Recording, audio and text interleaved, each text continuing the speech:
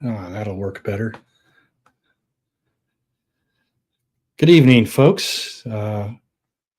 Smoke Steve is doing other things, so I will be his substitute for just this one Saturday. Uh, Let me know if you have any audio problems, if you can't hear me. Um, as far as I know, I'm coming in loud and clear. Play guitar. Okay, I guess you do hear me. I'm going to be needing guests, Topple, so you're going to have to jump on sometime soon. All right, so we just here in the USA, we just celebrated our Independence Day, and we typically call that here the 4th of July.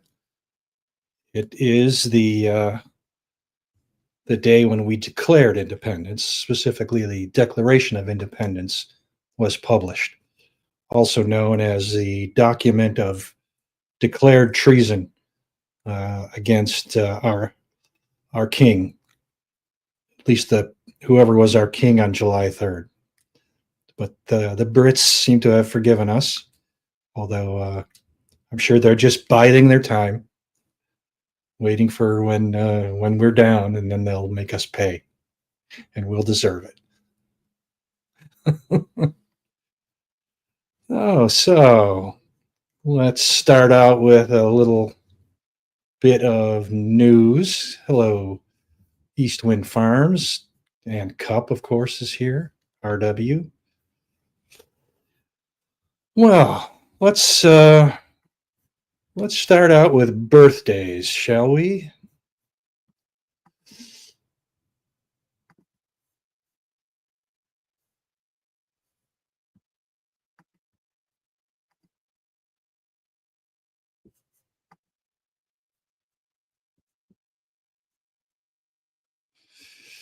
There's a wonderful musician when she was 33, Deborah Harry. Now she just turned 80 years old. Oh my, how time flies.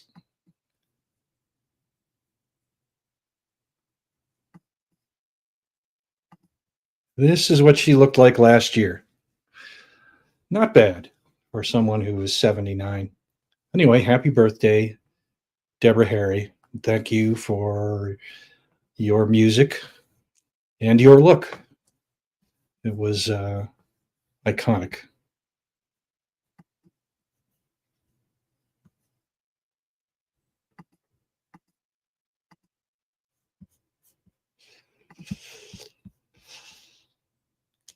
Yeah, very good. I don't know if there was a birthday bash or anything. Uh, I was I was scrolling around through Wikipedia. I don't know if you ever do this where you look something up, and then you, as you're reading down, you click on one of the links and find a little something about that, and then you click on another, and eventually you're stuck in there for an hour, and you forgot what you initially went there. And somehow I got onto Deborah Harry, and I looked up. I wanted to see how old she was, and I saw that she was going to be 80 in just a few days. So yeah, it was just struck me as just amazing. You always think of someone's age kind of the way they were frozen in your mind at the moment you last paid attention to them. I am drinking. Same thing I've been drinking for the last few weeks. It's pretty darn good. I like it.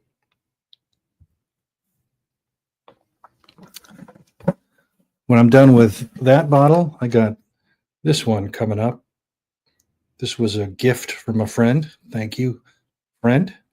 I will enjoy it in probably a couple months. I don't know how, maybe not quite that long, maybe 6 weeks.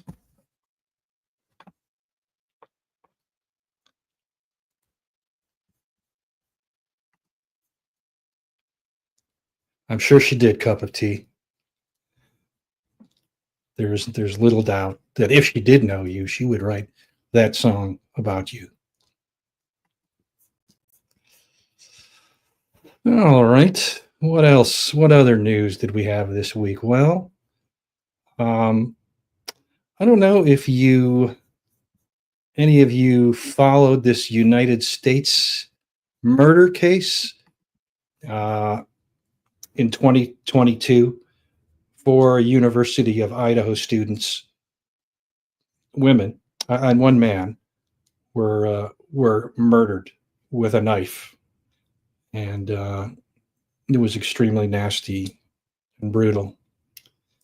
He was reasonably quickly captured. The suspect, Bryan Kohberger, was his name, and this week we learned that he agreed to a plea deal to plead guilty to 4 counts of first-degree murder, and 1 count of burglary. The agreement is that the prosecution will not seek the death penalty, and he will receive 4 consecutive life sentences. Now, to me, that's unacceptable. I would much rather they sought the death penalty. I assume they had good enough evidence to convict him, or he wouldn't have pled guilty to something that spend the rest of his life in prison. And this is life without parole. I'm not sure if I said that, but so he's no way he can get out except by a pardon or a commutation. So I don't know. I don't like it. There's always a risk of acquittal, but I think these killings were brutal enough. It was multiple murder. I think they should have sought the death penalty. So no information has come out about motive, which I think people are very interested in, and some of the families oppose it, and I hope they keep fighting. That I hope that the prosecution has to pull the plea agreement, because I don't think it's acceptable. So let's see. Out of the 4 families, 2 supported the plea and 2 opposed it. So I don't know. It looks like a tie to me. I don't see any reason to accept a plea deal where he avoids the death penalty. That's why we have juries to weigh the evidence and act as proxies for both for the victims and for the accused, to give them a fair shake. And I think a jury conviction is very much a excellent way to get justice. So I'm just disappointed. I don't really understand why. I don't know that there was some anti-death penalty issue here in the prosecutor's office. It's Idaho. It's hard to believe. It's college town, so maybe there's a liberal prosecutor. I don't know. But yeah, that's disappointing.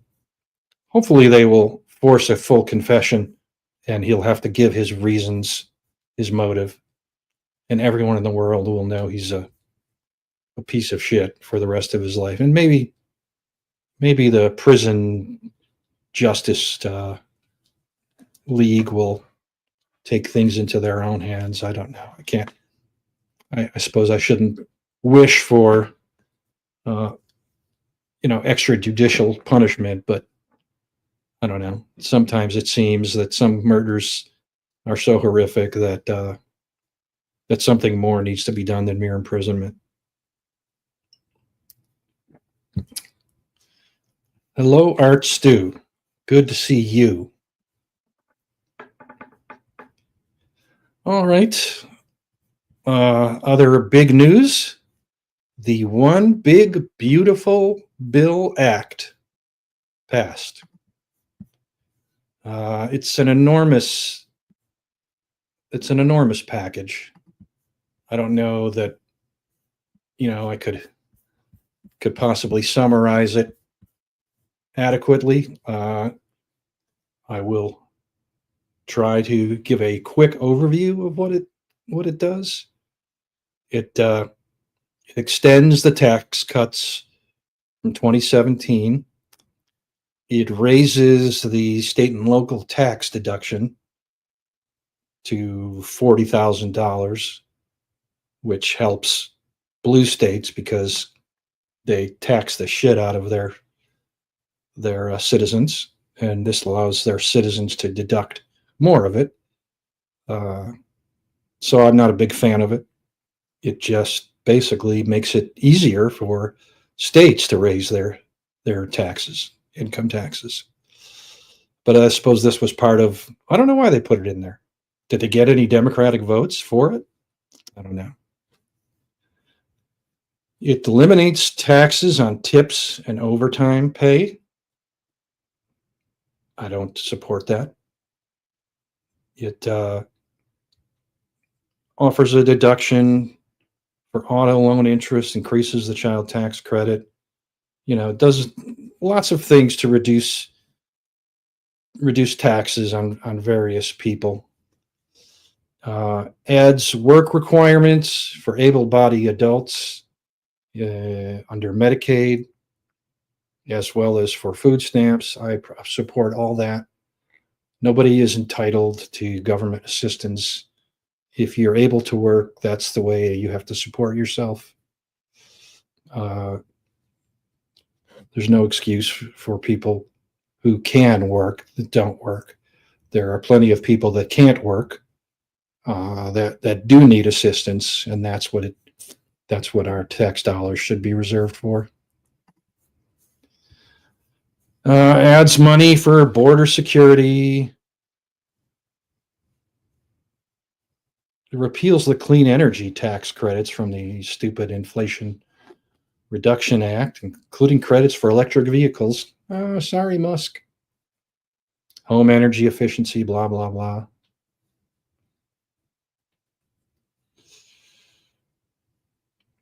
Increases timber sales, establishes a rural hospital fund, expands health savings accounts, increases defense spending by many, many billions, adds $12.5 billion for FAA air traffic modernization, and a host of other little bitty things. The Congressional Budget Office estimates it'll add between $2.5 to $4 trillion in deficits by 2034. So it's bad news for the debt, which it raises the debt ceiling by $4 trillion. So that won't be a problem. So we'll see. I don't like it. And it's Don Browning. All right. Good to see you, Don. Yeah, I don't like the bill. I just don't think we're ever going to get around to balancing the budget, let alone cutting the debt. I don't think people seem to realize that even if we had zero deficits now, we would still have an enormous debt with enormous interest. It's like 13.5% of the budget is just interest on the debt. And we're going to be increasing the debt, not holding it steady. So in my lifetime, hopefully it'll be a little bit longer than this show. In my lifetime, I don't think we're ever going to do anything to cut into that debt. It'll be a miracle if we ever run a surplus for 1 year, even. Um, we'll have to have some spectacular growth that even nobody even expects before we would ever run a budget surplus. I hope it happens. That would be great news for the country, but I don't. It doesn't seem likely. So that's that. In other news, the University of Pennsylvania reached an agreement on transgender issues, particularly regarding one infamous or famous, depending on your point of view, Lia Thomas, who was a transgender woman who competed on the University of Pennsylvania's swimming team during the 2021-2022 season. The administration had started a Title IX investigation and threatening to withhold federal funding. They actually paused $175 million in federal funding, saying that the university's policies violated Title IX. Many people who really don't like the way University of Penn acted still say the majority of the blame lies with the NCAA, whom UPenn was just following their lead. So UPenn agreed to ban transgender women from competing in women's sports. So that's kind of a huge win for the Trump administration. They also agreed to erase Lia Thomas, basically. So they're going to update all their swimming records to eliminate her. They'll eliminate her times from the records, and they'll give them back to other swimmers, women swimmers. Not only that, but they will send personalized apology letters to the female swimmers who competed against her. So Trump really made them eat crow and humiliate themselves. They should be forced to wear funny hats and put on dunce caps and publicly humiliated on the university quad or wherever the outdoor area is.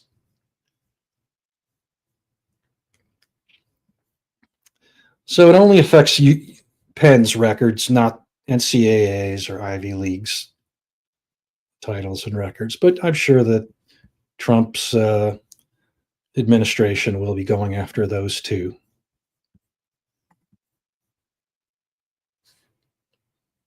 No more competition. At least until now, right? We'll see what happens in 2028.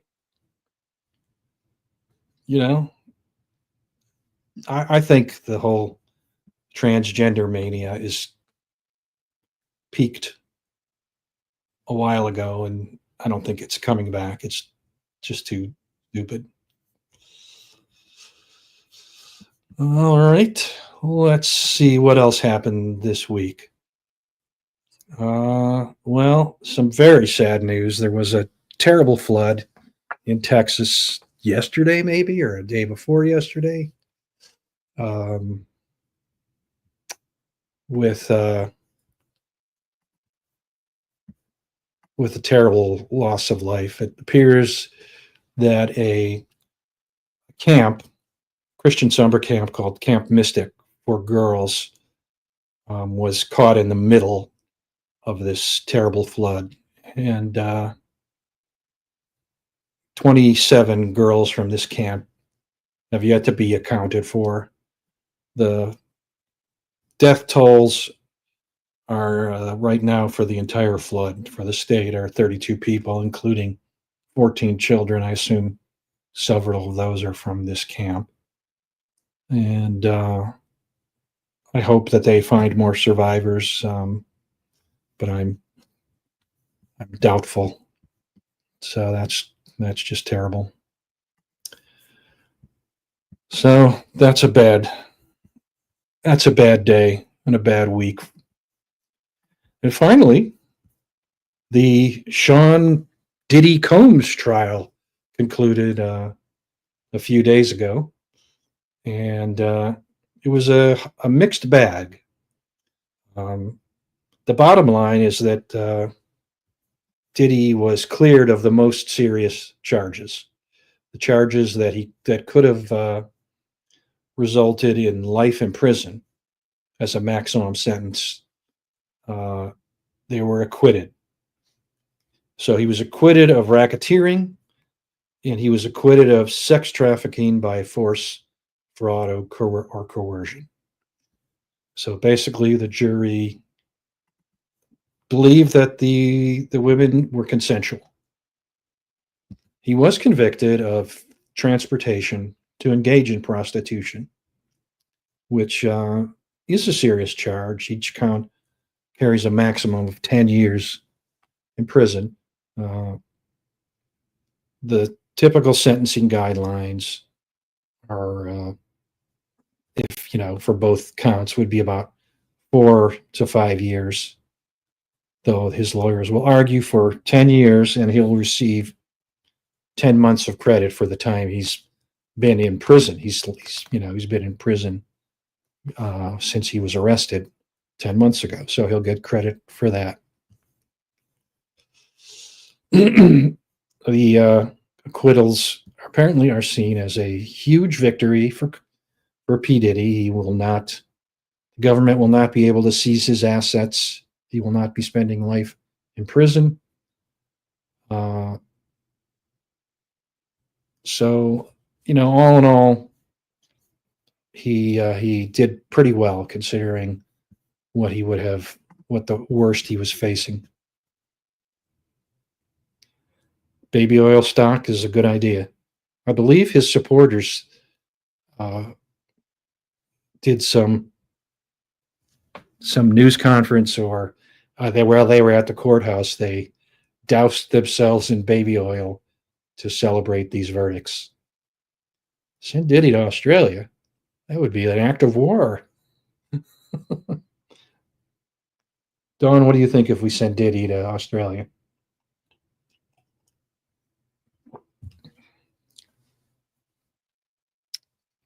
Based was doing his own live stream when we started here.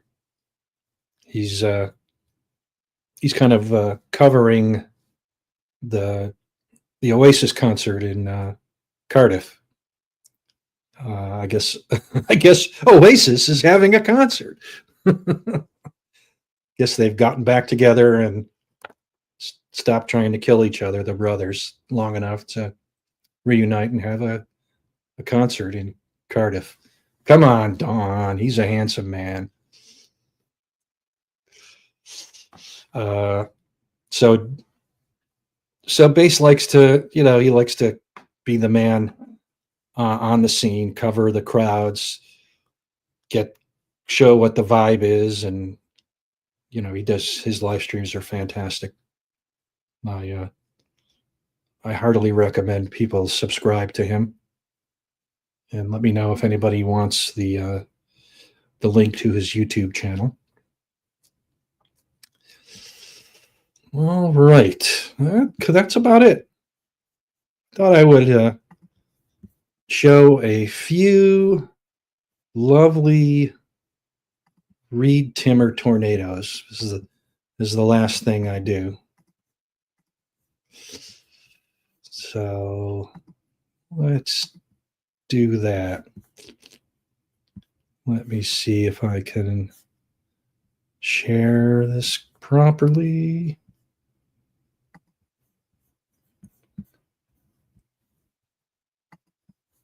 Topple. What's going on? It's too early for me to be on, but I felt bad. Thank you. I accept all pity. How's everything? How was your 4th? Oh, my 4th was nice. We didn't do much. We went to a park that has that overlooks the Chesapeake Bay, and it was a beautiful day. So we enjoyed it. Got to take a look and enjoy the bay, enjoy the day, That's enjoy the mood. Everybody's in a good mood on Independence. no sleeper cells got you, right? No sleeper cells. I have a little no sleeper cells thing on my Mm-hmm. sticker on my car, so I know they'll avoid me. Yeah, well, it What a was good to show. see nothing happen. So, Oh, there's a pretty snazzy looking tornado. where did this happen? Oh, Days ago, it was either in, I don't know if it was in South Dakota or North Dakota, but this is Reed Timmer driving as close as he can with and hoping not to be killed by it. And so far, he hasn't been killed, and he gets very close. It's kind of amazing. down the south they call that a hillbilly mover. Yeah, or a tornado. Yeah. All right. I love these tornado videos. They're just so awesome. Still have never seen one in my life up close and personal. Just gotta go a couple states over, you'll find them. Yeah, we got tornadoes here in Maryland, and there was one a couple of years ago that I had an inkling I would kind of chase it, but I don't know. I just kind of wimped out, and it would have been a great thing. I knew exactly where to go, and ended up seeing videos of other people who went to the Route 450 the Route 450 bridge. So I don't know. I felt like I missed it. I was down. My office used to be in Keyshawn, Georgia. Uh-huh. First 2 weeks there, I'm sleeping in the hotel. I wake up to these air raid sirens, and like I'm not used to this. I'm from Philadelphia, so I wake up and I just hear panic throughout the hotel. Fell back to sleep. Woke up later, walked out. The lady's like, were you in your room the whole time? I'm like, yeah. They're like, you hear the sirens? I'm like, yeah. Well, a tornado struck down a mile away from here. I'm like, well, what I've been doing anyway? There's nothing else I could do. So what the fuck? We needed no count, all that. I'm like, I'm sorry, I'm not from around here. Do they have a basement there? Well, that's what I said. You're supposed to go to like the breakfast hall or something, which is next to Windows. I'm like, oh, that ain't a great place either. So they just wanted to make sure everyone was accounted for. Uh-huh. I could let it fall. It don't matter.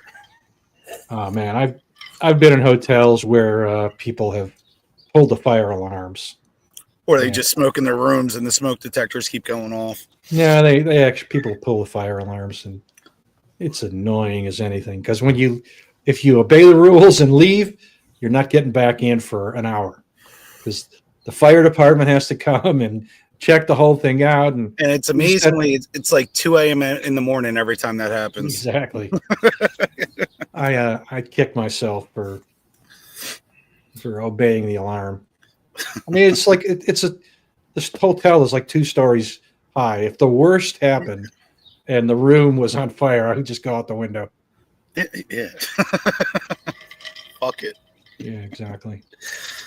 But other than that, did you guys see fireworks or anything off the Chesapeake? No. You're over it? I like to see them. What I did last year and what I would have done this year, if Jennifer would have been interested, is I would have gotten in my car, driven out of my driveway 200 feet to the school driveway, and then driven into the school parking lot where I would have found many neighbors setting off all kinds of fireworks, and that would have been plenty of fun to see. But she didn't want to, so I just hung around with her. Oh, yeah. My kids are all in different states right now.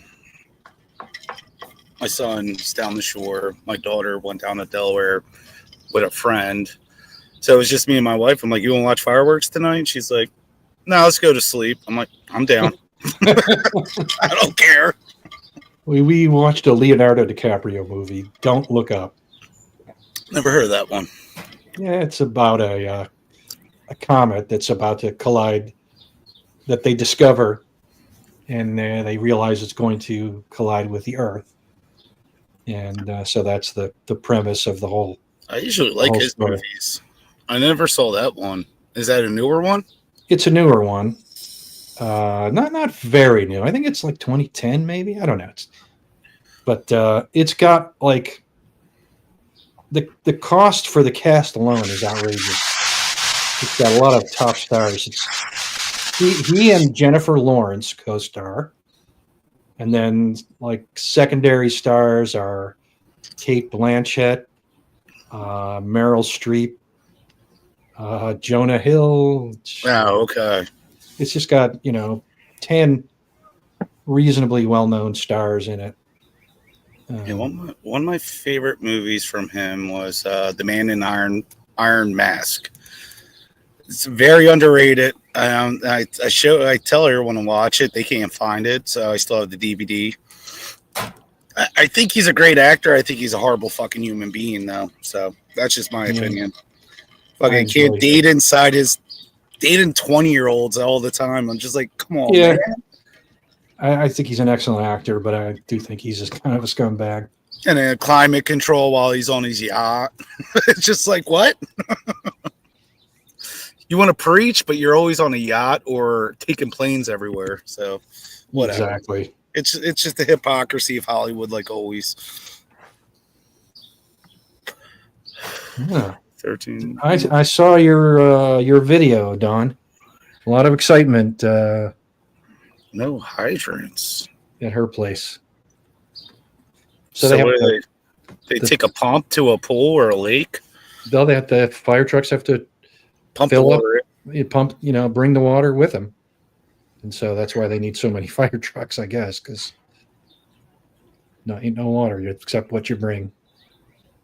No, having a pool, I had to sign a waiver from the fire company. If they ever need to use my pool, we have hydrants on our street, that they'll be able to throw a pump in it and use my pool water. I'm like, am I really going to stop you? Go for it. I don't care. Do I get water back? No. Can you use the hydrant to refill your pool? No. No. I'm like, the price of fucking water these days? Come on. I don't know what it is. You like when you get it trucked in by a tanker truck? Is that what you're talking about? No, I use my own hose. I say, use your own hose. I spend like 3 days filling it. Nobody jumps. Like the first time my pool got anybody in it was 2 weeks ago. I get it ready by beginning of June now. The amount of money to run the pump and then the chemical itself, I'm like, I used to get it up in like the beginning of May. Fuck that. Kids don't jump in it. No? Yeah, no, they do, but it's more like the first month, like they get action out of it. And then my son uses his own bachelor pool, brings girls over at night. I'm like, dude, stop. I don't blame him. Don't get me wrong, but I know. Right? Ain't enough chlorine for that. Yeah, I'm shocking the shit out of the pool the next day. I'm like, oh, but no, like I always wanted a pool when I was a kid. Got one. Don't want it now. Told her, and like next place we move, no pool, no pool. Now, where I am, or at least where I used to live, the water bill includes the cost. Yes. For the water and the cost for using the sewage system. They assume the water's going to then go into the sewage system. If you wanted to, you could get a meter on an outside pump if it was worth it, and they would charge you less for the water that that you used to water the lawn or fill your pool up, because it doesn't go into the same sewer system. They have, the water department has a plan for people that have pools and all, and I don't know what their measurement is, but we're not getting we're getting more benefits than the neighbors do, don't get me wrong, but it's not equal enough. Yeah. Because that was that's a big thing. Yeah, most people will put meters on their outside faucets to save money with the water department, so you're not paying it for the sewage bill. I guess they're still celebrating 4th around here. We didn't have much fireworks except on the 4th, which is quite unusual. Usually there's a lead in for the days for it where people, they can't resist. They go out every night and shoot some off, which is fine. I guess if you have a dog, it's not fine. But my dog. My wife actually gave her a gummy last night to get through the night. Did it help? She was still shaking, so I don't know if it was good shakes or bad shakes. I don't know if she was scared or just like, oh, I'm flying. This is nice. Dog needs a Xanax, really. Well, they do. Vets will give THC gummies to dogs for high anxiety, and I guess where you are. But my dog doesn't have a prescription. We just know someone that does. And she's only 15 pounds. She's trying to give her a 12 milligram something. I'm like, no, cut that in quarter. Dog will be tripping balls. No, a gummy, Dawn. A gummy. Good. Gummy. But other than that, it was a nice night. All the kids called this morning. They're safe. They're fine. So they're planning to come back tomorrow. So it was another night. My wife's already in bed. I'm like, she's living her life up now. No kids in the house. It's a weird feeling. Yeah. So how could you willing to say how old your kids are now? Oh yeah, my son's 19 and my daughter's 13. Okay. Yeah, my son, well, he had a car for a month and then he crashed it. Well, that's how you learn. But no one was injured or anything. But at the same time, he's not around that much, but he's just doing a teenage thing. He does his own thing. It works. Going to school, and then comes home to eat shit and sleep. Basically, that's all he does. So it's a good life. Yeah, I don't know. Fucking, he doesn't have to pay the electric bill or anything. That's good life. Yeah. Agreed. And my daughter just got old enough that we're letting her venture out now. So there was a case in can't remember the state, but a woman, her husband was is in the military and was stationed in Kuwait, I think, and somewhere in the Middle East. And she was looking into moving out there with him to see, to have the family together. So she had a 14-year-old girl and a 12-year-old girl, and she left for Kuwait, left the 14-year-old kind of in charge of left her at home, in charge of the 12-year-old, and got neighbors to agree to check up on them to see how they were doing. And someone, I guess she worked at a school, maybe she was a teacher, and she informed the school that she was going to Kuwait, and I guess the 12-year-old attends that school. The 14-year-old is homeschooled. Okay. It's homeschooled, so I don't know what that's all about. But as soon as she left for Kuwait, the school resource police, I guess they're called, came to the house and took custody of the children, and when the woman got back, they charged her with a child neglect, and it was all. I would need more context, 14-year-old taking the 12-year-old for the long periods of time that neighbors were aware, most likely also taking care of the children. I think it's fine, personally. Yeah. And certainly when I was 14, I mean, my parents left me, basically to fend for myself when I was 11 or 10 for long periods of time. They went to work.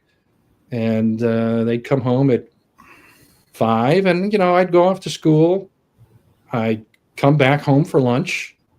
Nobody was there. I'd walk home from elementary school for lunch, and then I'd have lunch, and I'd go back to school, and then I'd come home and watch Gilligan's Island or something stupid, or go outside, play with my friends. I mean, I never thought anything of it, and I don't think anybody else thought anything of it. This would have been the 70s, 1970s, different time. Yeah. But 14. By the time I was 14, I was telling my parents what to do, not the other way around. Well, when my sister was 14, she was taking care of me and my mom.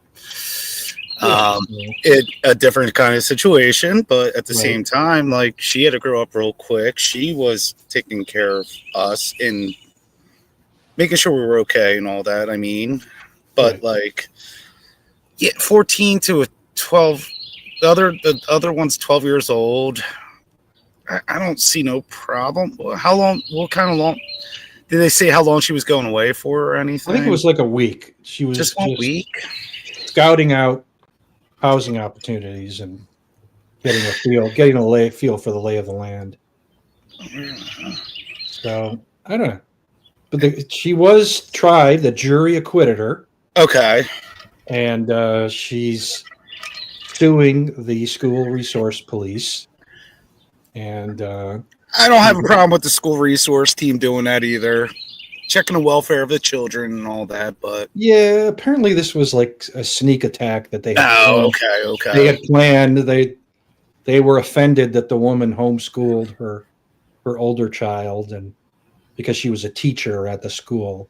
So I don't know. When it comes down to schools, they should be protecting children at all costs. I do believe that, but some of the things, it's like, yeah, what? Like trying to protect the kids from the parents because of opinions. What is the real harm? Well, the younger 12-year-old took the week off from school. Oh, it was a week. Okay. So that's a week lost. But apparently the 12-year-old was a good student. It may not be ideal, but is it really neglect? I don't think so. Depends. Like I said, I don't have a problem with them checking on the situation. Yeah. But if there's enough food there and all that stuff, I don't look at it as neglect. And especially if a neighbor came over, oh, we know the situation. We're watching the house and all. They know, especially with technology these days with phones. Like any problem, every kid has 12-year-olds have phones nowadays. So I don't have a problem with the school checking in, but I guess it would come down to child services to make that determination. But if they're left with food, there's nothing special about. There's no the 12-year-old or the 14-year-old is not mentally impaired at all. No medical conditions. Not at all. I don't see a problem with it one bit. Shit, there's 14-year-olds that are babysitters these days. Right. A lot of 14-year-olds are babysitters. Mm-hmm. Apparently the state Children and Family Services did an investigation and found there was no issue, no problem. So, if they didn't find a problem, then what was the criminal? Why was she criminally charged? She was charged by. It really isn't up to the. I thought it was up to. I thought it was that way. No, it's not. The police insisted. These two policemen apparently insisted on charges, and prosecutor agreed to present them to the jury. I guess they got an indictment. I'm happy she got indicted. Yeah. The jury found her not guilty of all charges. But she was going out there to look for a place in Kuwait to bring her children to live there. Right. What is this guy's deployment then? Jesus. I don't know. I was 16 months is usually the max, but Yeah, I was confused too. I mean, if he'd already gone out there, obviously they had some plan that he would just be deployed and they would be without him for maybe a year and then he'd come back. But I just don't a know. I fucked up guess situation, probably, and yeah. that's all it comes down to. But I'm Mhm. happy that she did good. She might get Yeah, money out of this. I don't see how that would work in her favor, though. she is. She is suing. Yeah, I don't know how she would that would work out. I don't know. But then again, we see lawsuits, civil lawsuits all the time. We're about to see a shitload for P. Diddy, so we'll find out Yeah, there. a whole lifetime of lawsuits. And from what I understand with that case, he has to stay in jail until October until they do his I forget what's that trial called when or not trial when they Sentencing? give the sentencing. I thought that was coming up this month. I thought someone said October, but I don't know. It could be later. because I'm hearing everybody said, "Oh, he bought and paid everything off and all that." I'm like, "Well, I didn't watch the trial. I don't know what he's being accused. I don't know what evidence they had against him. Maybe they just botched it." So, Yeah, I would. Here, I would guess that there was no payoff, no tainted jury. But on the other hand, it's I New wouldn't York. be I wouldn't be surprised, like shocked, totally shocked if they did get to a juror. Because if you have the money, I mean, and you're facing life in prison, I think you're going to give a serious thought as to whether you're going to make an effort to Oh pay yeah. off a juror. Um, But the criminal charges that he has right now, the minimums are 10 years. well, the thing is, the acquittals were unanimous. So Okay. if it was a hung jury, that would be a more interesting issue of did he pay off a juror? But they reached a verdict on all the counts, unanimous for acquittal, the unanimous for the guilty verdicts. So seems it's much less likely that he paid off all the jurors Yeah. and still got convicted on 2 serious counts. I just didn't pay. It just sounded like, from what I heard from everybody, that he was never coming out of jail, so I didn't even fucking pay attention. Nor do I really care, but I don't really care either. it's just. I care only to watch other people's reactions. Yes, absolutely.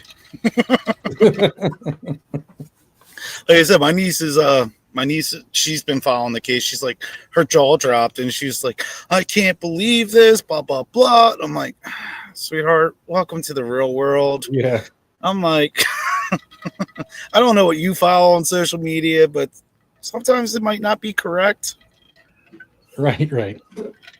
I always say, the jury had all the information, stuff we didn't know about, the jury heard. Yeah, exactly. I'm not jury. I'm not sitting there paying attention to the whole case.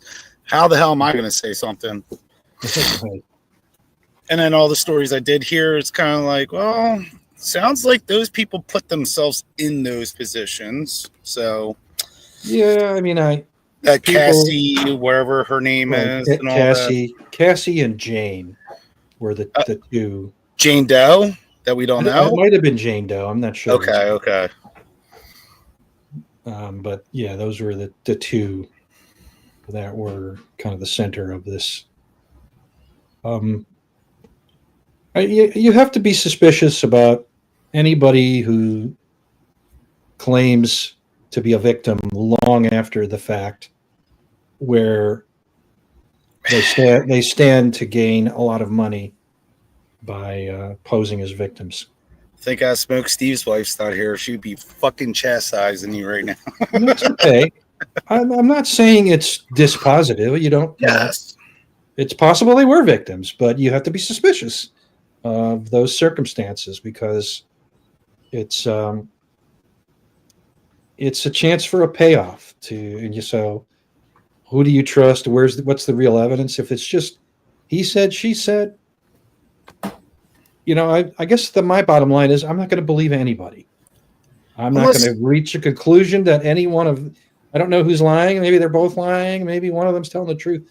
I just don't trust anybody in that situation.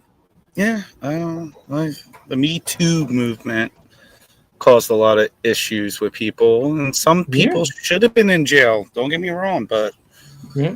like when I hear certain things, it's like, well, he made me do this. I'm like, well, did he make you, or were you free to go? Right. You were free to go. You did it because you wanted to become a star in Hollywood or something. That's Right. Or that's on you. I'm sorry. Or you were bored and this was exciting, or you actually got paid significantly in some way or another. You got It just makes you a prostitute now. So well, apparently Cassie was a prostitute. okay, He was charged with transporting Cassie for that's prostitution. Right. So the jury found that she was, and the prosecution charged to, I don't know. Doesn't mean if you're a prostitute, you're necessarily viewed as a professional worker. You could still be a victim of various crimes, even if you're absolutely. You're going to have a hard time convincing a jury that you are a prostitute and also an unwilling participant. What else? Anybody here? Joshua Dale Brown. Oh man. Giving them STDs. No, I have not heard that. How would you say they need a wood chipper? Wood chipper, yep. Yep. Don't always mean. Oh, fuck that. Turn them into fertilizer. What else? No. Big beautiful bill got passed. I don't know nothing about it. I keep hearing both sides, the good parts and the bad parts, and it's just like I don't even really fucking care right now. Yeah, it's just This is just something else that's going to be posted now, and then in 4 years, when everything changes, that bill is going to be ripped apart, and it's just right. It's not like it has. The next Congress next year can change everything in it if they want. Yeah. So I heard a lot of fights about that over the week, and I'm just like, they asked me, and I'm like, I don't care because I didn't read it. I don't know what's in it, and I guarantee most likely there's like 3 things I would like, and the rest is just bullshit. So. Yeah. I had Grok give me a summary. Okay, that's right. The summary is like 4 pages long, so it's just that it is big. I don't know how beautiful it is, but it's big, and it's so big, and it's got 20 different kind of unrelated things in it. See, that's the shit I can't stand. Yeah, so who knows? Oh. Looks like Based is here. Hey, Base, what's going on? How's it going, Based?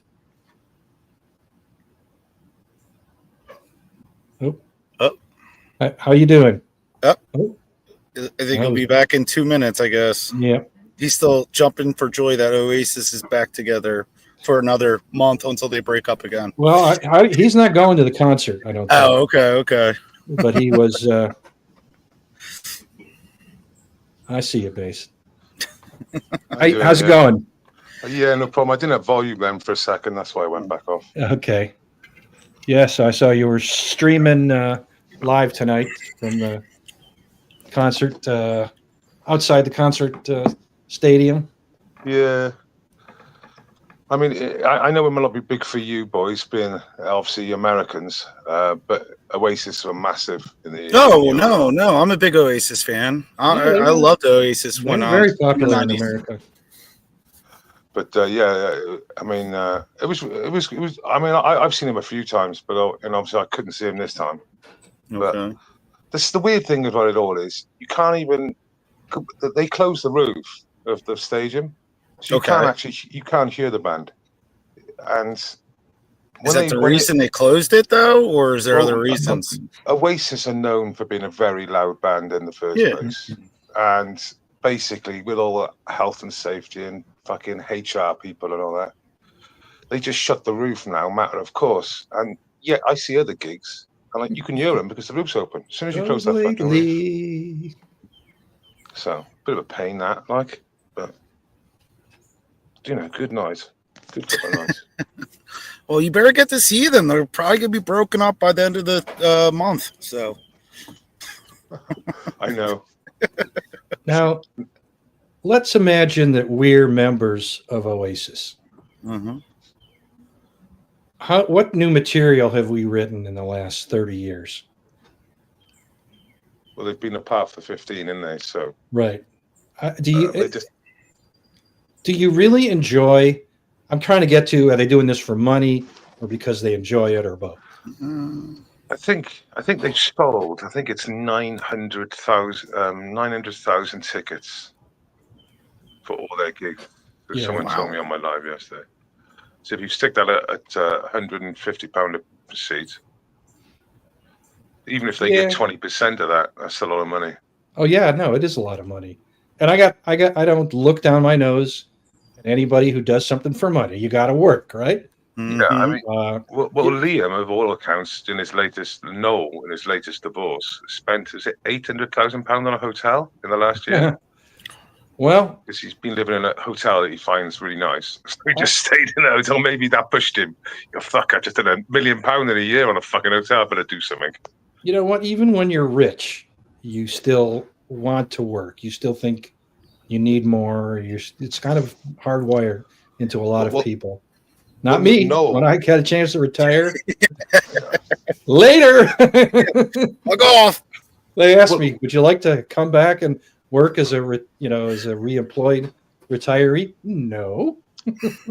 What are you going to do? I'm going to do nothing. Nolan, in an interview a couple of years ago, gave the best sort of a description of the two of them. He said, "I'm the cat, and Liam's the dog.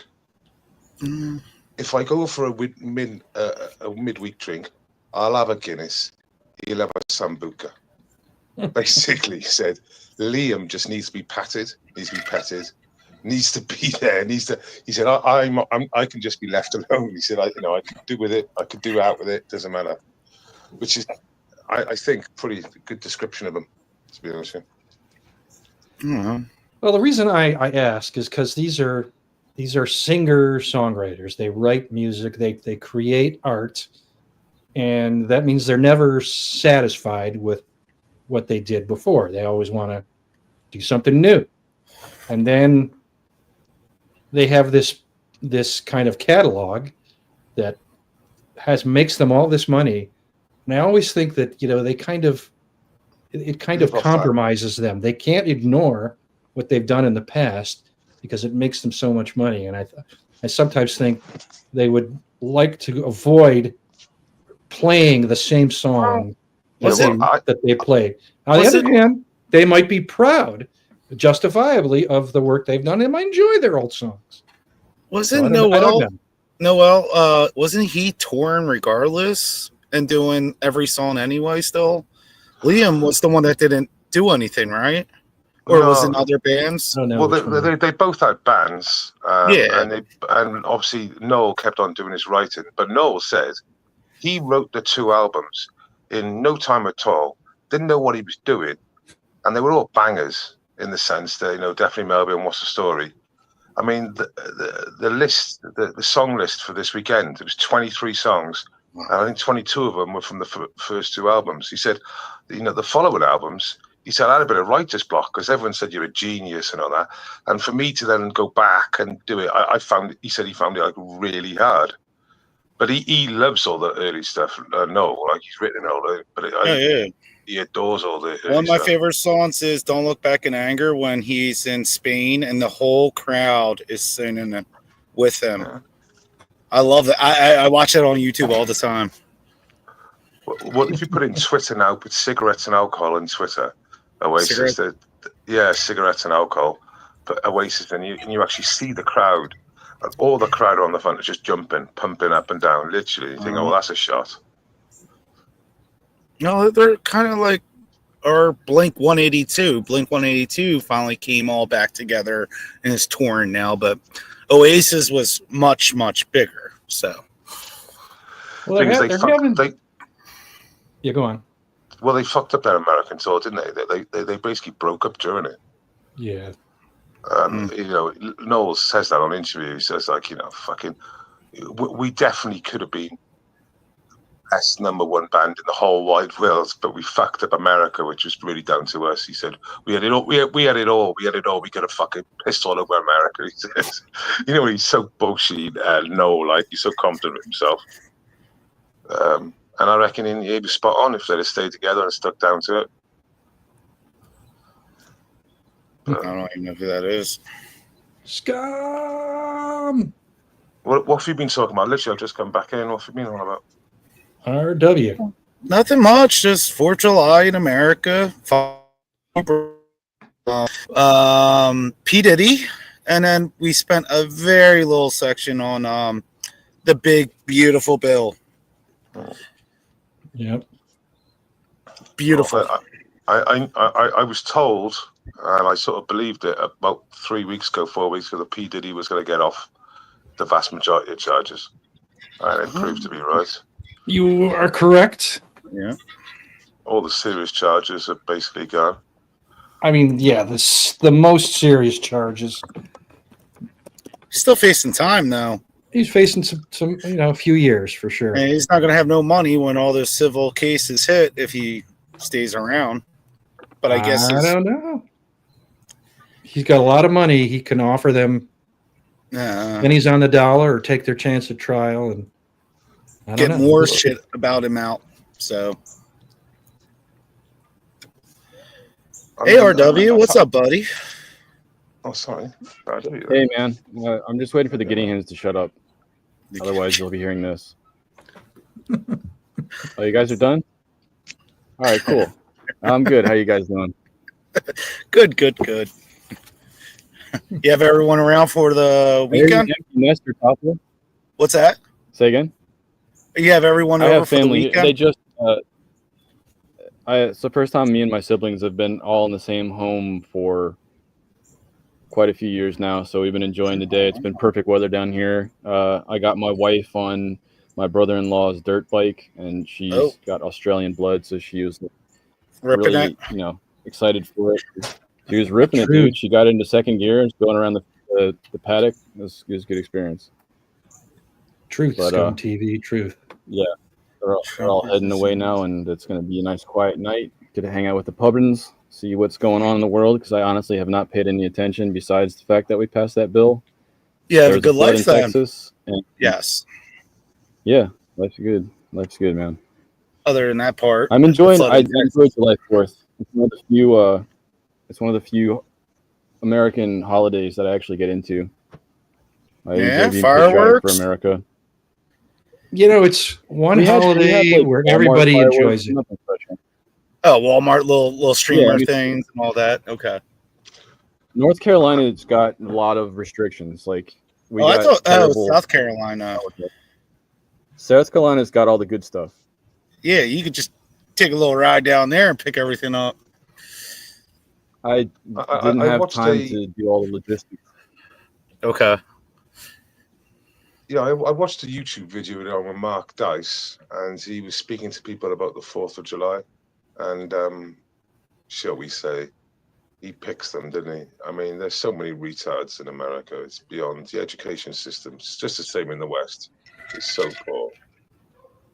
It's embarrassing. It's much worse here than it is in the UK. I guarantee that. I think you might be right, but we're on catch up. We're playing catch up. Honestly, we really are. Don't emulate us, damn it! No, I mean it's bad enough you have McDonald's and Taco Bell's there. Don't copy our. Nothing wrong with Taco Bell. System. New ones is Five Guys. We get all the Five Guys, and we get all the Tim Nortons. You guys got Five Guys? They got good fries. I was going to say, you have real burgers over there now? Good for you guys. Yeah. But it's. I'm not a big fan. I don't know. I think all fast food's kind of really fallen off the way. Well, I put Five Guys up a level from fast food. I'll vouch for you, scum. I'll never be in America in a few years. Is scum calling everyone a fiddler? He said Trump is a Zionist-loving pedo. God bless Scamerica. He said nothing that 1,000 other people don't say every second. but with no evidence, of course. He may be many a on his own platform.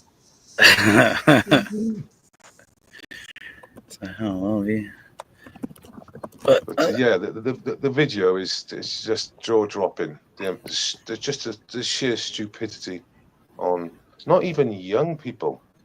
There was middle-aged people there that didn't know. Was it interviews with man on the street kind of interviews? Yeah, it's just Mark Dice usual. 4th of July. You're celebrating 4th of July. Yeah, we're having a great time. So why do we celebrate the 4th of July? When was the year of independence? It's just like, when was? Do you know the Constitution? No, nothing.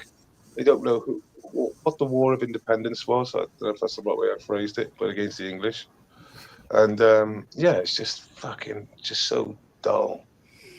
That's hard to believe. At least when I was a kid, that was taught in elementary school. Elementary school, right? Yeah. Like your simple ABCs, yeah. Like what? Yeah, exactly. Well, there's more fifth grade. Who were we fighting? Map.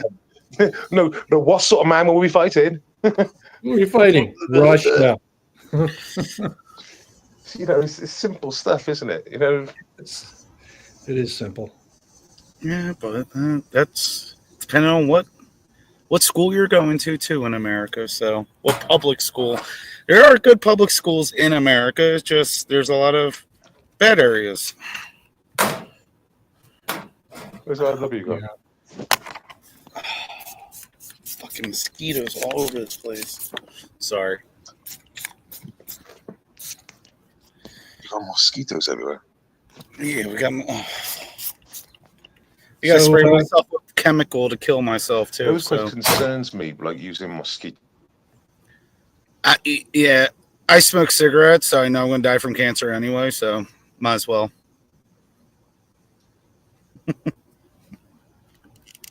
You okay there, RW?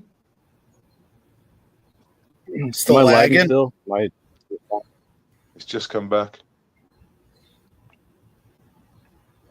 I don't know. I think I'm like 2 seconds behind, so it's going to be annoying for you guys, but I'm not sure I can fix it. I just had a huge lag as well. You might try spinning wheels for 20 seconds. You might try turning your video off. Some people say that helps. We would be missing your beautiful countenance, though. Oh, there it goes. Oh, I can't see his pretty face no more. Yes. Oh, I can hear his beautiful I think it's the laptop has to update. It's the laptop's got to update. So. Okay. Can we?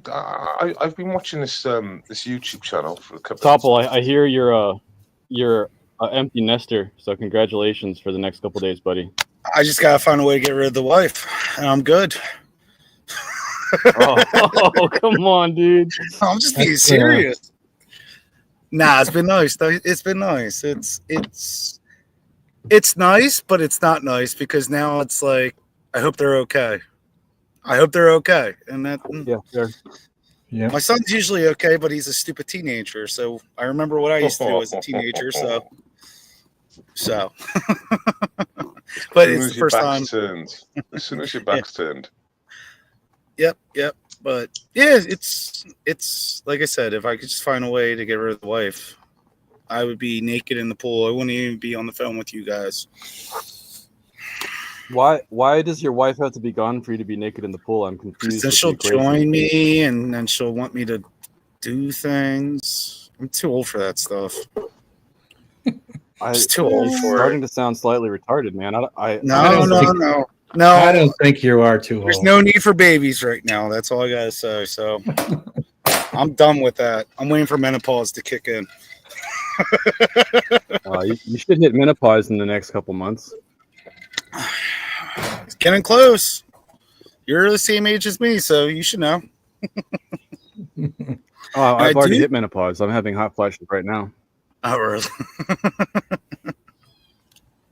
I was sorry, lads. I was watching a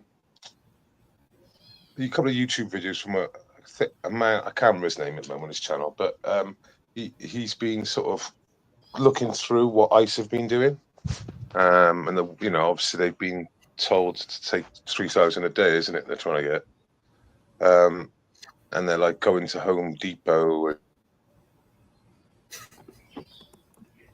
They go to all Home Depots. 3,000 quota won't be that hard to get. Why a Home Depot? Are they there to work? You could, in certain parts of the country, you can pick them up for labor.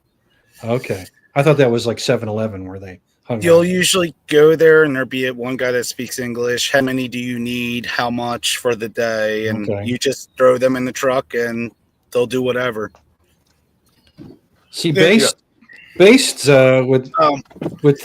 love that. I mean, his immigrants are there to get benefits from the government. Have you guys ever saw the YouTube video? And this is going back like 15 years. The Incredible Racists, where the guy picks up a bunch of people from YouTube or from Home Depot and drives to an ICE office.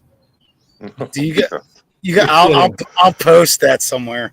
Oh my god, it's hilarious. I mean, I was watching like Charlie the Unicorn and stuff back in the day. 15 years ago. There's a quite famous meme one where there's a British lorry driver driving in Europe, and all of a sudden he said, those fuckers, they ripped into my van. He said, my lorry. He said, but I'm going to fucking Germany. He shows his mobile on the rear view camera. There's a load of adventurers banging on the side of his van, hanging out the window. He says, I ain't stopping until I get to Germany.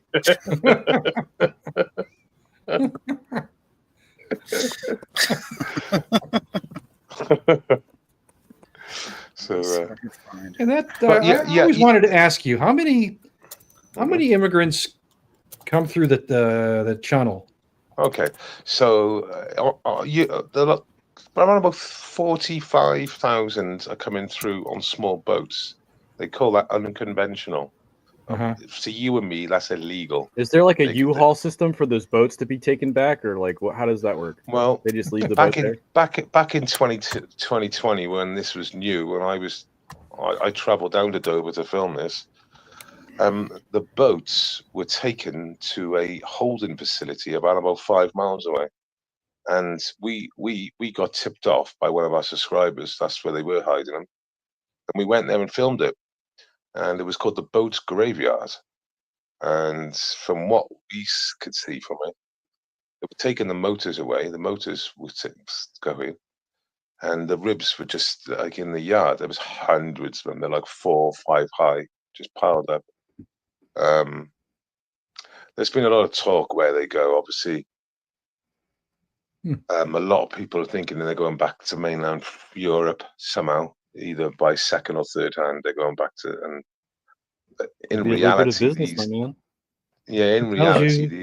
these days, they're getting these boats from China, and they're made to take like 60, 70 people,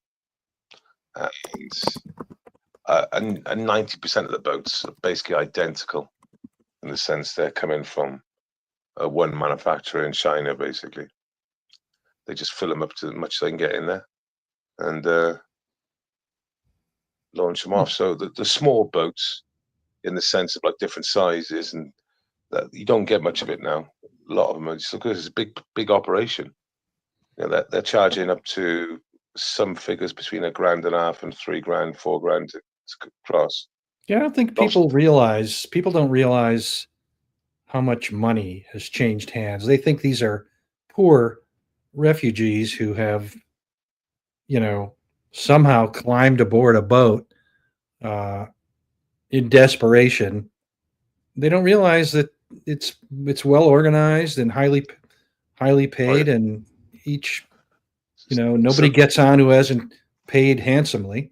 Oh yeah, I mean, if you think about $1.5 and 60 people, that's $900,000. Right. It has to pay for the boat basically because that's not coming back anytime soon, at least. Yeah, the engine generally is brand new out the box. They just use the engine once, 22 miles. It's crazy. I have like TikTok, WhatsApp groups, and it's advertising that, even the price and everything. Like, why can't the government stop that? Why can't they shut that down immediately? I mean, of course they could stop it. Conservatives, Labour, it doesn't really matter. Can't you stop that? How hard can it be? It's a national security risk. Hold up, TikTok. Hold up, WhatsApp. Good morning. When we fucking tell you to jump, Hey, Serena. When we tell you to fucking do it on this occasion, you need to fucking sort it out. I mean, it's not. This is national security. If there were a country that wanted to invade the UK, they could just disguise their soldiers as immigrants and ship them there by 70 at a time on 1,000 boats, and before you knew what was happening, you'd have put them all up in hotels and said, last dance. It's amazing you've thought that, because a lot of people think exactly the same thing as you think. But for example, the last 2 weeks in the UK, a hotel has been exposed. It was busted by auditors, YouTubers. It was busted by YouTubers. Big Boys Burgers were being delivered in this postcode, or zip code as you would call it in America, and the base where they were making the burgers and delivering them from was a migrant hotel. Mm-hmm.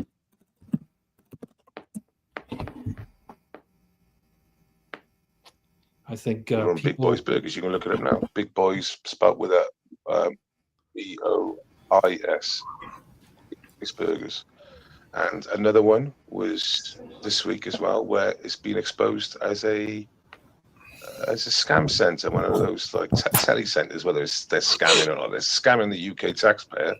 Because literally, now, did these people plan on doing this before they even came to your country, or did they get here and say, "What can I do? How about this thing?" So I mean, but this is actually in the hotel. So there's literally a room.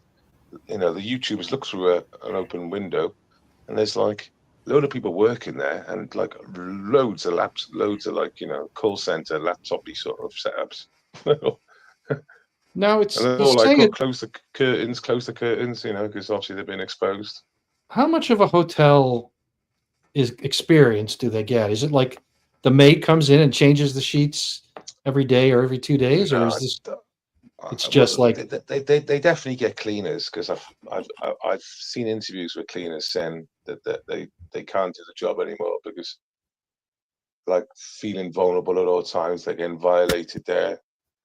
Just like just comments or touching, you know what I mean? Yeah. So they definitely get laundry done for them and their rooms cleaned, I think, once a week. But man, yeah, the sauna wouldn't be available for them, or the swimming pool wouldn't be available, or shouldn't be. Thank God. Yeah. Beggars belief, doesn't it? It does. It does, and it doesn't seem like there's much of a constituency for it on even in the Labour Party. So it's hard to understand. Hard to understand why it continues. So I think it's 550 hotels now that have been fully booked out by the taxpayer. Okay, now the Welsh government, Labour again, Welsh Labour they call themselves. They said that Wales is a sanctuary country, so we welcome anybody. And also, it's a government policy, Welsh government policy, that they don't house them in hotels. They house them as the earliest opportunity into social housing, where your nieces and nephews might be on a queue to get in. They don't bother about the queue. They just go in. Surely you don't have that much available housing. Well, no, because that's why your nieces and nephew will be on the waiting list for 5-10 years. Okay. Now, all of a sudden, you arrive at a hotel, within 2 months of arriving at the hotel, they put you into social housing because they don't want you in hotels because it's a bad look for them. They prefer them, like, just separate them out into multiple house occupancies around the country. And of course, they're knocking back your nieces and nephew and that in a housing list that they've been waiting for. You know, they don't wait the 5-10 years, otherwise they'd be in hotels, wouldn't they? Yeah. They beat the whole fucking system. So actually, by forcing them actually and protesting against them in hotels and making it unwelcome for any governments to keep on relying on hotels, we've actually pushed ourselves in a worse position because now they're taking up the social housing lists. It's like when I went to the Stradi and all that, and we beat the government, the Home Office. We beat the Home Office. They packed it in. Now I just said straight away, I said technically we haven't won this fight because now they're going to be separated. The 241 going to be separated into small hotels and smaller houses with multiple occupancy, where they're just straight into society. Don't know their background, don't know anything. Not even being monitored for security. At least in like these places, they're sort of got security. It's hard to believe that labor would be for this because, if you want to make your voters happy and be more likely to be reelected, you don't want to divide the spoils into twice as many mouths because people will get half as much. And it just seems like, I would think that the more, people who want more government services to be available for citizens would absolutely try and keep immigrants out because it makes the deal they offer less lucrative to the voters. I don't know. Maybe they think the newcomers will vote for them. I don't know. I've been blank for 2 minutes, lads, so I don't know what you've been on about. Oh, sorry. I was just saying. Go on. Sorry. The New York mayor, the vote that's coming up, the individual that people are hyping a lot about, they're saying he's communist. I think if he's voted in, it'll give you a kind of a feel, at least in New York State, if people care about immigration or not, and how much they're interested in government-run programs that he's trying to run with on his ticket. I'm paying a lot of attention to that. I'm curious to see what happens there. Your mic, RW, your mic needs to be sorted out. I'm restarting my laptop. I'll just be quiet until that's done. He was talking about Zohran Mamdani in New York City, running on a platform of enormous government services like government grocery stores and free transportation and childcare and just a long laundry list of very expensive programs. I honestly don't know if he has a plan to pay for it. I mean, I don't know what kind of tax structure they have. Tax the fuck out of the people in New York like they're already doing. I guess, but 75%. Well, if you move, I assume if you move over the border into a suburb, North Jersey, New Jersey, or even in Westchester County, you're not paying New York City taxes. So if you work in New York City, you do. And I believe with New York City, if you live in New York City, I forget what the tax is, but if you commute to New York City, the tax is far higher up. Yeah. Which in Philadelphia, it's kind of like the same thing, but it's opposite. So, but they also, yes. So, people are ingenious about avoiding taxes, and any assumptions you make that based on taking the current taxes you have and doubling them are wrong, because the people that you're taxing will suddenly disappear from your tax base. Mm-hmm. Oh yeah. Hey, Well, Topple, are you going to have tips somehow for the What's that? business that you're working? For your job, are you going to be able to work in tips somehow? I don't get tips and I don't get overtime. I'm self-employed, so You need to figure that out, dude. I got to compete with other contractors. So not going to be taking no tips. Right. Yeah, so what I was talking about earlier about ICE and going about doing their business, they were saying that some of these like markets, no one was coming into work. Now that was migrants that have got all the right passes. They were actually giving interviews with this chap saying that they're too scared to go out, and the guy's saying, well, if you're legal, then you're completely fine. You won't have any problems because you're legal. But a lot of migrants out there, a lot of people are they're being fed this shit to say that they're going to be deported. But unless they're in failure of their, which these people are saying no, I'm U.S. citizen now or whatever, got all the right paperwork. So these markets, a lot of them, a lot of the legals are just not showing up. Building sites, etc. They're just not showing up, and of course that's going to cause problems. But in the long term, they're already finding that these sites, these building sites, markets, whatever, that were basically exclusively employing migrants now can't, because they're just they've disappeared, and they've got to employ American citizens. So I think there's going to be a pinch. There's in what I've described as clearly, but already I think you're seeing a bounce around where these vacancies will come available, and they'll be saying you need all the right paperwork, otherwise it's a fucking it's a non-starter.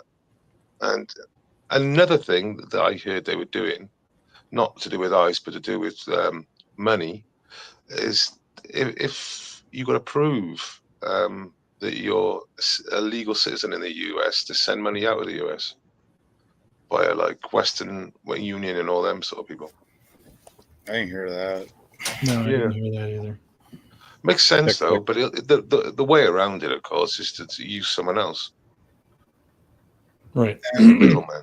As a middleman. Personally haven't seen construction sites missing their laborers, but then again, there Different might states, not be. Yeah. That's what I mean. Maybe they haven't pinpointed these areas that I've been in. So I haven't heard anybody even said anything. So, well, I've seen, like I said, the footage he was showing. I think it was mainly California and stuff. Yeah, probably California. They were showing like these markets, these shops, the building sites. They were, and the people were being interviewed, struggling because no one was coming in. Not many people were shopping because I suppose a lot of people would have been the same. So yeah, but I think that's going to soon change. The market will push the change. What do you think?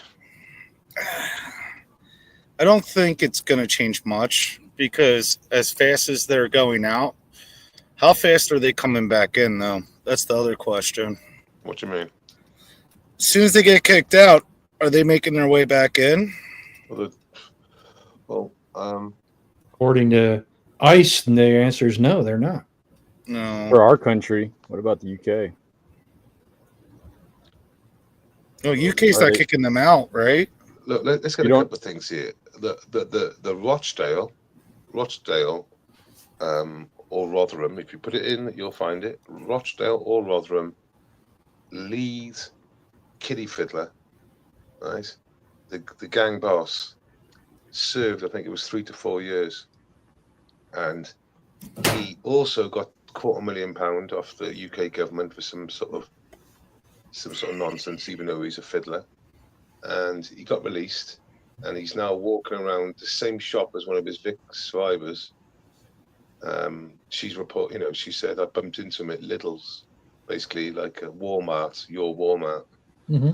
And he's got a nice house in Pakistan off UK taxpayers because of the compensation he had. Even though he's convicted, somehow we done something bad against his rights, but we could still deport him. But we won't even deport people like this. These like massive wrong-uns that has, caused so much pain in our society, and yet we haven't got the balls. How hard can it be? Like well, exactly. There's no will. I mean, let me give you an example. The Italian Prime Minister, the blonde female bird, Meloni, I think the name is, an imam said that wherever you see infidels, you should dispatch them, should we say. He said something about infidels and non-believers, and and it was violent. It was his, I just said, and it took her 30 hours to get him out the country. He'd been in the country 36 years. It took her 30 hours. Just get rid of him. No ECHR. Oh, just ta-da. Just get out there, and like I said, if the will's there, you can do it. Have you guys heard anything about any ICE actions in California since the LA riots? I've been looking and can't really find information on operations or anything. I don't know. I guess I don't know where to look. I figured that would be public information. It's a federal service.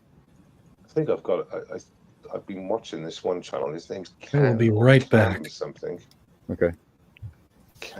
Something.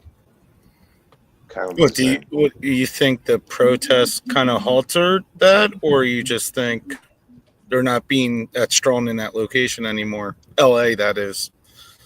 My assumption is that they're not performing any operations there because they don't want to reignite that situation. And if they are doing it, then they're doing it very quietly. Well, to be fair, RW, I've been watching, and the majority of the footage I'm getting is, from what I can remember, is coming from California. And okay. They're going into Walmart, like what's it called? Home Depot. Home Depot and Lowe's. Yeah, they've been. I've been seeing footage of them chasing them through farms and stuff. Okay, so it just got quiet on the protesters then. Yeah, definitely. I mean, I thought they were protesting yesterday because of 4th of July, but that would probably. It didn't seem like it was a protest though. It just seemed like they were looting shit. It didn't seem like it was a protest. Oh, really? Just typical bullshit. The Shoe Palace or whatever that store's called. Yes. The guy that drives around on his bike. He was watching them just strip that place, dude. If you live in America, I don't care what nation you live in. If you're cool with just like stealing, just like straight up looting your city, where does that come from? Like, what you need to go? Probably people that live in poverty. They see the opportunity to get something, and try to most likely get scot-free. That they're not going to get arrested. They take advantage of those situations too. Rob a grocery store and I'll have some sympathy on you. If you're robbing sneakers, I agree with you 100% on that one. But the people involved aren't the smartest people either. So there's a thing in France called, I think it's called the Festival of Music, and this is all over France. And it's about 3 weeks ago it happened. And I spoke about this, about women being pricked. Did we tell you about this? Being syringe I pricked? think last pub you guys were talking about this, yeah. Yeah. But apart from the pricking with syringes, there was huge trouble. I think there was 400 arrests, just mindless, just hooliganism, just smashing up. 400? Yeah, 400 arrests. But not, if you want to check it, it's Festival of Music France. Just put it. What were they being pricked with? A syringe. Syringes. With Syringes. What's in the syringe? THB, the date rubs, okay. Yeah, girls were like getting pricked, feeling dizzy, and they I think there was 140 prick reports. They weren't trying to infect them with anything. No, it was just That's my they were first trying thought. to drug them. That's what I was thinking. They're trying to drug them in the streets. okay. Well, that's not better, but you know what I mean. Where I was going with. At least they don't have AIDS. So it's whatever. They just want. You'll be fine tomorrow. Just well, you'll have an STT tomorrow, but it won't be from the syringe. It'll be. Well, that's true too. Okay. But it's crazy. They were showing footage of this festival from 1995, and just the people there. Obviously, demographically completely different, and they were all chilling out by the River Seine, by the Eiffel Tower, and then now Paris is like a fucking war zone when shit like this happens, and they clean it all up and they sort of sweep it to one side, forget about it. Is this a liberal mindset thing? Like, is this? Yeah. Is this like how do I ask the question? In the United States now, the vibe is that it's okay to uphold the law, and I don't believe that was the same experience that we were having under the last cabinet. The last cabinet was more like just do whatever the fuck you want. What? So Yeah, under Biden, I didn't have the feel like law enforcement was appreciated or wanted. Oh well, no, that's what started George Floyd. Trump, Biden, during that time period, it was more like fuck the police. He got elected, and then he didn't do anything. So and look at the armed services now. They're fully booked up, aren't they, with people wanting to join the armed forces. And military. Is there a movement in the UK or Europe where there people are crying out for leaders that actually want to support their own nations? Like, what's going on? Oh yeah, massive. So in France would be now under a National Socialist Party, which would have been Marine Le Pen. And but personally, I'd say no.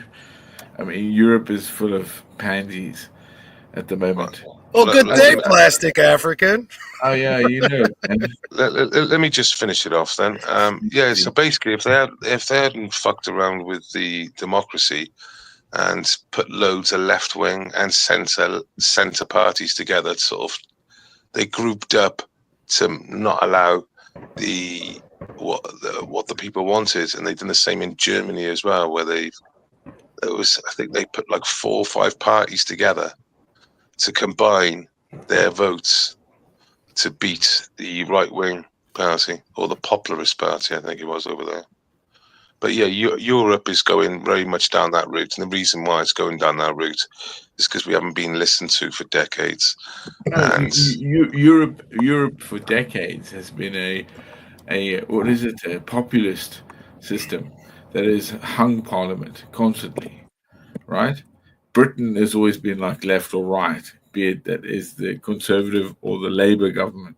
The Labour government, the last one that was pretty damn successful that stuck this up, was Gordon's and the great man. Yeah, you have to Google that one.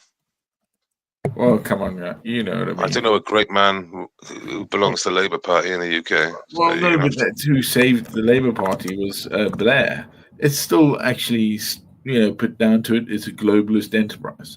Hence why, it's Strasbourg and The Hague. Yeah? Yeah, but globalist, yes. But you say popularist. But it's so easy to say when the good gets going. Oh my God, no, it's not good. Oh shit. And that's the problem. It hasn't been good for 20 years, so I don't know what the fuck you're talking about. Oh no shit, man. I'm from fucking Africa. I saw that shit break down because of, I say it, Britain saying, oh yeah, the apartheid's bad, bro. And now Britain is like, oh my God, we need an apartheid, right? You already have one here, plenty. No, you didn't hear that from me, Mo. You didn't hear that from me. I knew the form. Leave other, or just stay out of other people's problems. That's what I reckon we should do. Oh, no, but I mean, that was the whole thing about, break the apartheid in South Africa, I know. Nelson Rwanda. Mandela, I know everyone went to I mean. Rwanda, didn't they? Yeah, you know what I mean. The spread of it, the whole My empire. best mate from school came from Rwanda. Uh-huh. And he got basically deported out the country. White kid. He was a refugee. A white kid in Rwanda who was a refugee. Yeah. Here's an interesting article that just popped up. I'm not familiar with the noticer. I just grabbed it. And the front page article is Aboriginals demand cash payouts for genocide as Victoria promises Indigenous Parliament. I'm very curious, if Dawn, if you know the answer to this, what is the probability of there actually being an Indigenous Parliament rolled out for Victoria? It seems like a false promise. I'm just curious there. Well, I know nothing about the subject, but it wouldn't surprise me that Australia are going down that route. They're very much isolated and entwined into the guilt trip. Like the Germans. Just like from my whole experience there, it was all false promises. It was all bullshit. But I mean, okay, so Australia and New Zealand had the strictest lockdowns in anyone in the world. You couldn't even leave a state in Australia. I think it was like 600 days. Couldn't leave his state. Yeah, concentration camps. So yeah, but it's definitely down their woke agenda, not down the other agenda. You know what I mean? Authoritarian, but obviously I was there for that. I remember that. So I wouldn't trust anything from Australia or New Zealand after that. God's up now. If that, I guess my point is, if that moves forward, that they're definitely changing the Australian government platform in Australia. That's very interesting to me. As for you guys over there in the UK, I hope you get to have your, patriotic experience in the next 4 to 8 years, or however you guys do your votes over there. Damn right. We have to. Yeah. I call for you guys. Well, but nevertheless, I'm going to jump in here with Australia. Okay. Right? Go for it. The global world accepted what was happening, right? That's what I couldn't believe when it was, what was it, track and trace here in Britain, £42 billion. Just disappeared, bro. Damn, if I was, one of those guys in the background, I would have won some of that cash. Where did that go? Track and trace, you know what happened to that? That was ridiculous because everyone was pinging, ping, ping, ping. You can't go to work. All of a sudden, they get like £600 a pop. It's ridiculous. It's hilarious. We had stimulus checks here. They were more like stimulant checks because they were just enough for beer for a while. That was about it. Well, if you got them. They wanted to dumb you down, Debbie. They wanted to dumb everyone down. So, some more beer and drug money, innit? Dude, bottle O's, they were considered essential, man. They were booming. Yeah. That's what they wanted to do. I mean, I've got to say, I'm so pleased that I never done any of that shit. I didn't partake in anyway. So was that a principle of like a what is it? Not accountability, but when you just go with it. But become sheep? Well, I don't know. What is it? What is it? Compliance. That's correct. The word is compliant. You become compliant to that order. Elon complied. He took a jab. Well, no, I mean... Did he, though? He did. I mean, he was already autistic, so what did he have to lose? Sadly, my dad took the jab, and now he's got cancer. He's never smoked in his life. He's super fit. What? He's seven. You know, he's in his late 70s, but he plays squash. You know what I mean? Not like he's not fit. I never heard the news that Elon had cancer, unless you're talking about Biden and meant to talk about Biden. My dad, who's like been all his life, just all of a sudden got cancer, and he had 2 of those fucking injections. Okay, sorry, I thought you were talking about Elon Musk. At the time, don't. And the thing is, the most intelligent people, whether they're family members, celebrities, or whatever, you know, like high-profile people, or friends that you thought were super fit intelligence, they said, "Oh, I took the jab so I can go to Turkey with the missus." And I'm like, "Well, you what that? I can't." Do you think they're going to try and push anymore, or not push? Do you think the world is going to experience another? For some reason, he was happy to take an injection in his fucking arm and give it to his fucking kids as well, right? And to go to Turkey, and the guy's like super, like triathlon fit. And I'm like, I literally could see my disappointment. I was like, I couldn't hold it back. It's like, what the fuck? Just it happened at the time. You know, we've spoken about it since. He agrees he should never have done it, but he was like, you know, influenced by mainstream media and all this shit that was just being thrown at him from every angle. He made his choice. Yeah. Okay, one of the guys I knew, he was a bodybuilder, massive guy. All right, he owned his own gym and everything, but he needed these people around him because they closed him down. They gave him £50,000, right, for closing him down. He got into bad drugs, killed himself in the end.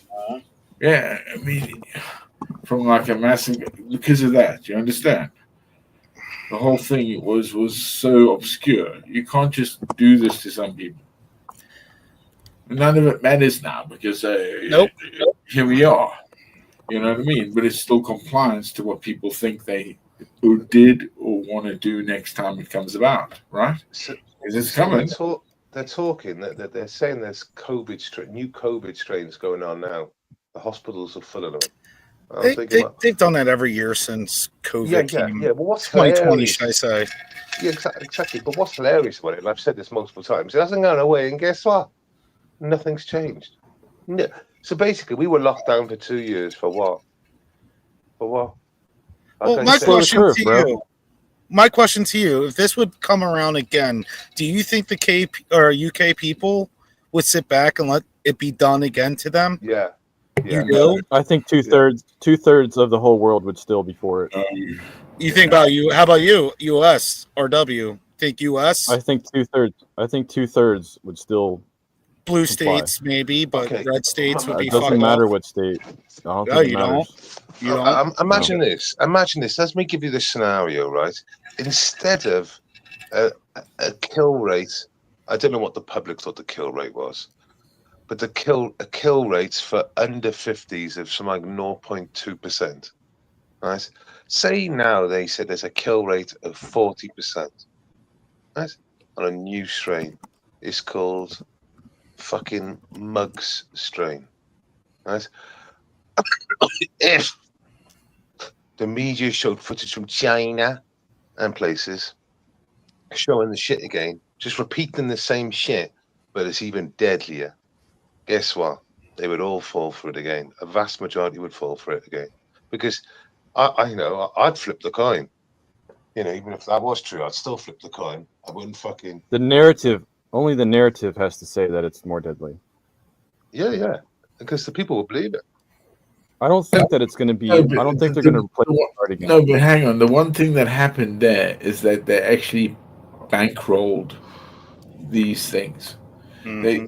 They can't bankroll it again. Yeah, there's a big difference of how they did it. Made that structural deficit, which we were just getting over the hill, I believe. You know, this is what angers me, because it's all playground, isn't it? Is it that shift that power into this realm, and we're just like, let's fight over this penny? The WHO is now. Australia signed up for it. I think Britain signed up for it. Where now, if there is another pandemic, that the WHO will take over our decisions in our governments. So we've revoked that for the United States, I believe.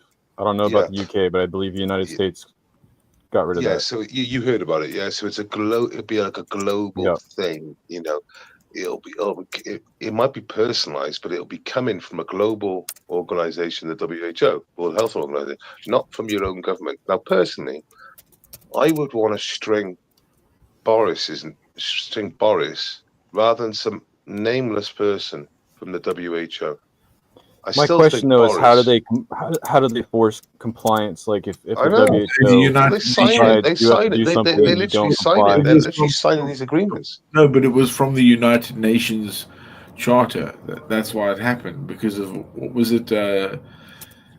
One of the flus they had, right? American flu was, what was it called? Spanish flu. That's right. No, but we're talking about the WHO. It's got nothing to do with it. It's got nothing to do with the UN. It's got nothing to do with the UN. Yes, it is. That's how they look it up, bro. It really not disagreements. Not disagreement they're doing. All right. This agreement that they're doing is WHO thing, where they'll give the medical advice out to the countries, and they do it as a global thing. It's got nothing to do with the UN as such. It's literally WHO, and these governments are signing up for it. I know Australia signs up. I know New Zealand signed up for it. When was the WHO founded, sir? When was the WHO founded? I don't know. In the 50s. When did the United Nations have that issue with the Spanish flu? Was it around the same time? Or was it the 40s? Well, the United Nations was set up in the 50s as well, wasn't it?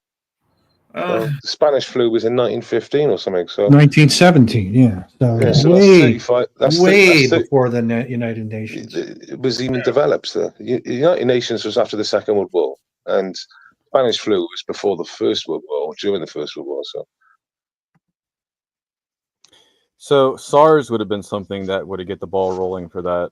But for me, I don't think it's going to be another virus that's going to force any lockstep situation. I'm really concerned about the artificial intelligence rollout, LLMs taking over a lot of processes. If whole nations are running through autonomous means and grids go down, you've even heard the WEF, coining the cyber pandemic is going to be the next big pandemic. Yeah, they're telling you. I don't even think I can totally see that.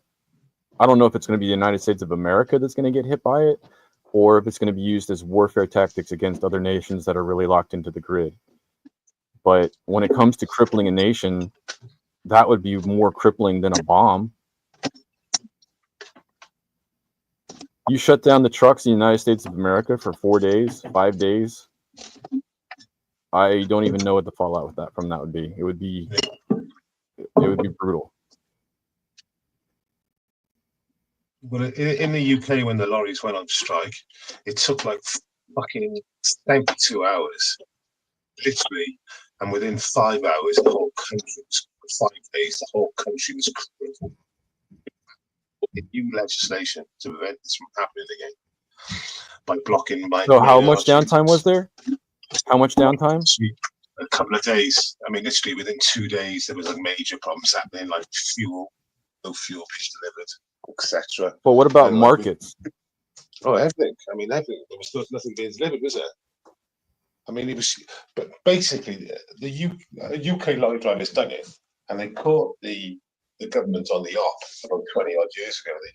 They realised they just basically all lorry drivers just stopped their vehicles on roundabouts at big like junctions and just parked up, and that was it. What was their issue? It was fuel prices. Okay. Did the fuel prices come down? Yeah. I mean, they crippled the country. They literally, within 5 days, there was no medical, there was medical shortages, there was no fuel. The petrol stations were closed, only open for emergency service vehicles, so ambulances, fire, and police. Otherwise, the police station was shut. What's was interesting Take it about easy. that is Take it easy, just Steve-O. Thanks for stopping by. See you next week. yeah, Steve-O. It's good to see you, buddy. Yeah, it was a big thing. So the government then set up some legislation so you couldn't block major thoroughfares and roundabouts and stuff. What I found interesting since the trucker strike in Canada, those boys know actually how to do it up there. Whenever there's a protest on something, I'm just like, yeah, whatever. But as soon as I hear that the truckers are getting in on it, then I'm like, whoa, wait a second. And it's been a lot of hype the last couple of times since the Canadian truckers. Like, they say it's going to be this big thing and like 5 trucks show up. But it definitely makes you pay attention, because imagine 5,000 or more trucks join this, convoy or whatever to protest. Wherever they're going or however they set up their routes, they can drive at like 5 miles an hour and do some serious damage. Yeah. I remember how fucked up that was. They were trying to freeze their accounts and all that stuff.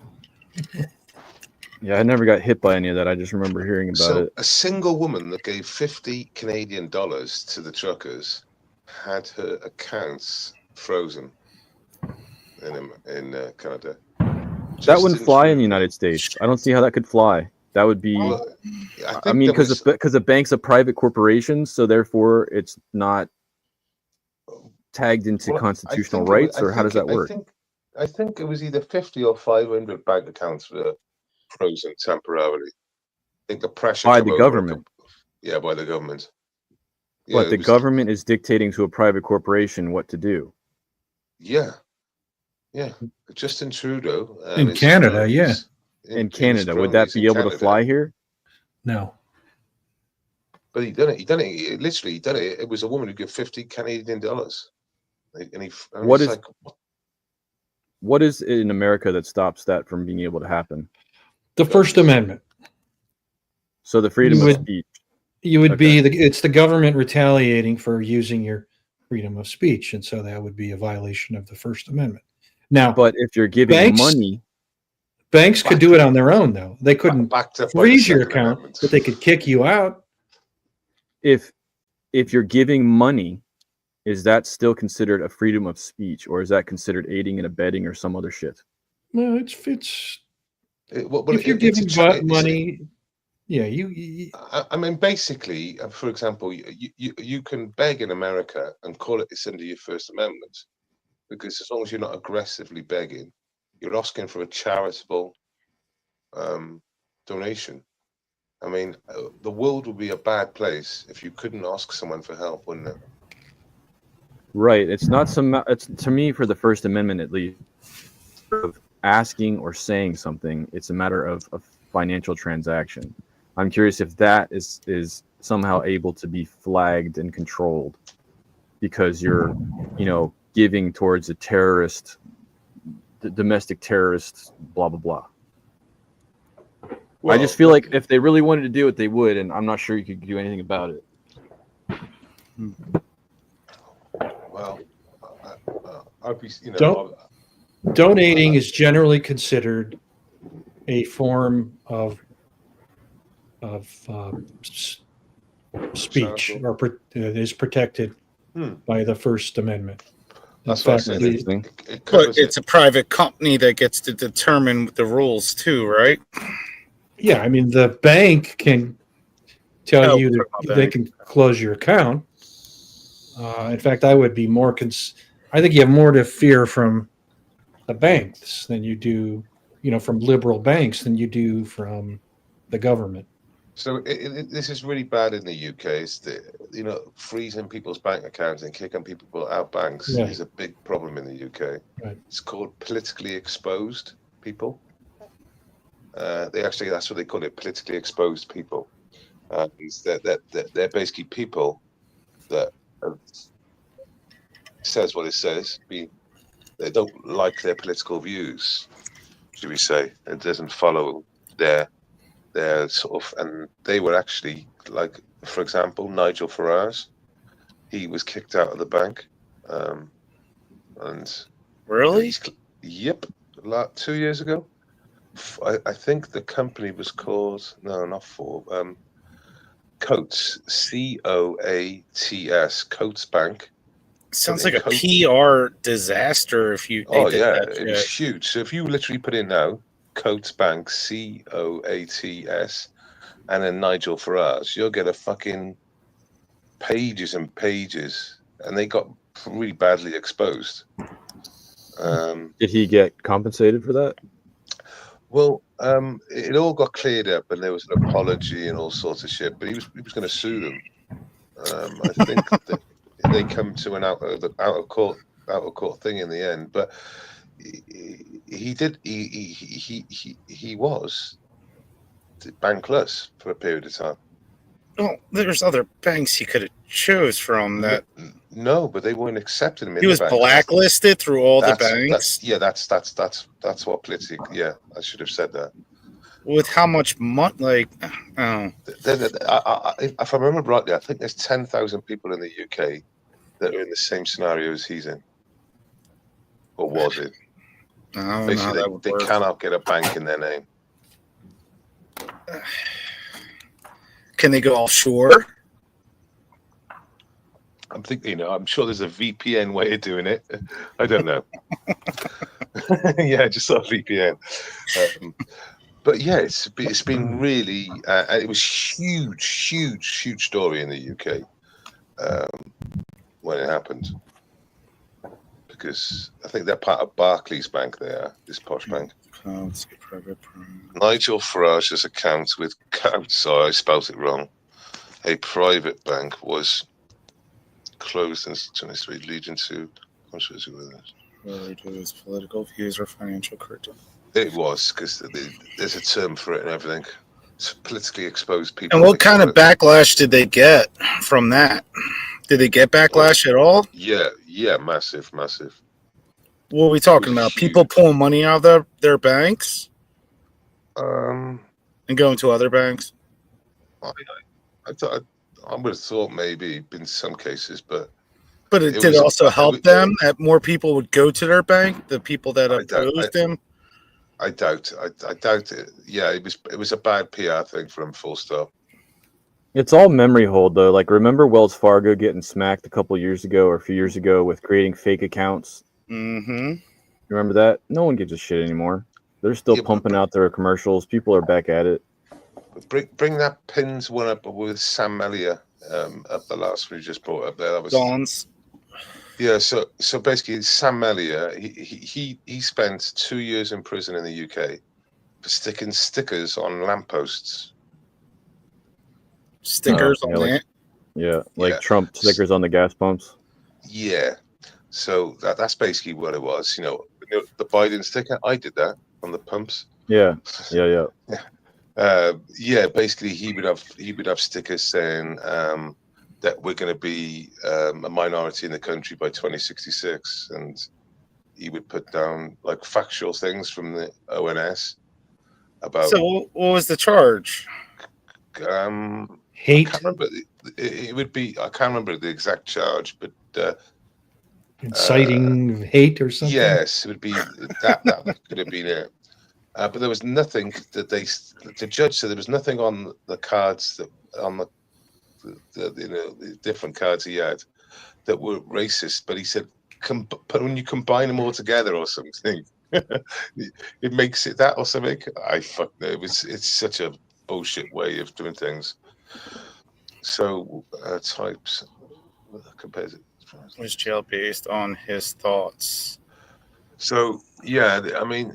Sam Melia and Mark Collette, they would be called ethno-nationalists, and Laura Turner. But that his crime was sticking fucking stickers that weren't actually illegal on lampposts. But somehow. And how long was he in prison for? 2 years. You put his name in now. 2 years, I think the sentence was. That's incredible. If you put that name in, Sam Melia. It's just recently happened. You'll see some of the stickers on the thing, and you'll think, no, it's just basically he's stating facts. And was that littering? Was that a littering charge? Yeah, I know. No, I'm serious. Like here, it's like a $500 fine, I guess per infraction. I don't know. Yeah, no, I don't think they ever done him on that, but he was sticking them like he was a river walker. He liked walking, so he'd stick him in like landmarked areas, where they have like natural things. In the corner of this thing, showing like this landmark, could be a little sticker there. And of course, the lefties used to get really shocked by it and crazed by it. And yeah, stories I hear out of the UK just drive me nuts. How words can get you in jail forever. Let me find some of the stickers and see if you can think that. Let me just share a story real quick. So I was up in Lebanon, PA. I stopped at the hotel up there, and I really appreciate the person that put the googly eyes in the elevator, the little guy that's in the elevator. So as you're going up and down, like it's doing, then like the yeah. Whoever does trolling with googly eye stickers, I love you. And make life a better place. If they're well done, yes. Yeah, they're well. This one was well done. I've seen some good ones as well. There's no charges needed for this one. No, give that person money instead. Just. I have a question when base is done as well for the panel. Yeah, go on. Have you guys changed how you spend money or invest money since the COVID experience? Or like, I'll say it for myself. I initially spent a lot of money I invested in bullets because that's the only thing I could figure out was a decent medium for food and trade. And then since then, I really have basically spent no money. I don't really buy stuff besides food. So I have changed since COVID. Do you change every 3 years with spending if it comes down to jobs and all that? How much your income is? That's the other thing you gotta look at. I feel like I guess I'm in a phase right now where I'm just working on the land here, and I'm not. I feel like I don't want anything, so I don't have a buying mentality or something. I don't know, but something about the prices and everything in COVID took me out of my normal spending pattern and just completely like changed it. Well, my income totally changed after COVID. I was doing my own business and then couldn't survive after COVID and then went to private, was making okay money, but at the same time, I can't answer it correctly yet because I did change because the income was totally different for us. So, okay. And was it COVID's fault? No, I will blame myself for it. I did not change like everyone else did. There was a lot of businesses that kept striving and they changed I was refusing to change and it was my fault. I don't blame COVID for it. Yeah, just a quick one. I've just got a little bit of what he said. They've reported on here. It said they bore slogans such as "Reject white guilt," nationalism is nurture, we will be a minority in our homelands by 2066. Diversity is designed to fail, built to replace. So that's sounds like a KKK slogan to me. What? Which one of them? I'm joking. Yeah, exactly. I'm not joking completely either, though. But was described. He was media savvy. I mean, so that was. So was that a hate? That was the hate crime with the slogan. So it was a hate. He was just being backhanded by power. That's it. Simple as that. 2 years. That's a hell of a backhand. Well, they have a big hand, man. A long arm, you could say. I'll find out now. Sentence.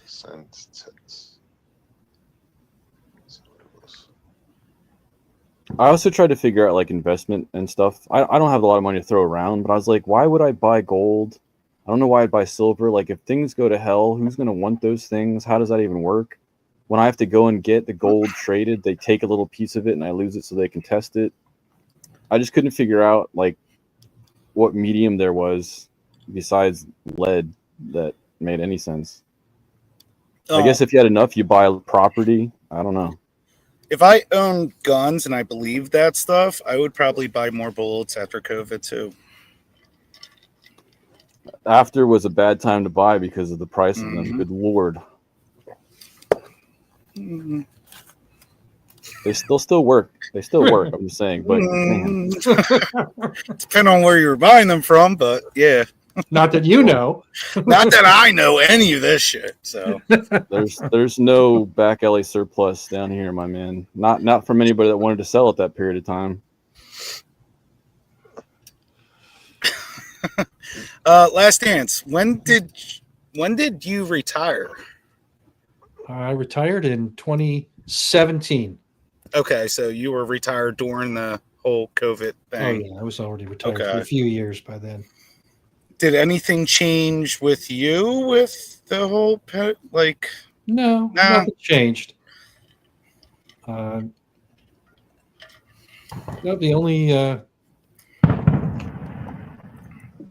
Hopefully, that's all fireworks. It's all fireworks. Those are cars. He lives in Philadelphia. No, I don't live in Philly. I live in the sticks, and I heard a couple gunshots already, so I could decipher those two. Not much changed, except I learned to get food delivered. Oh, okay.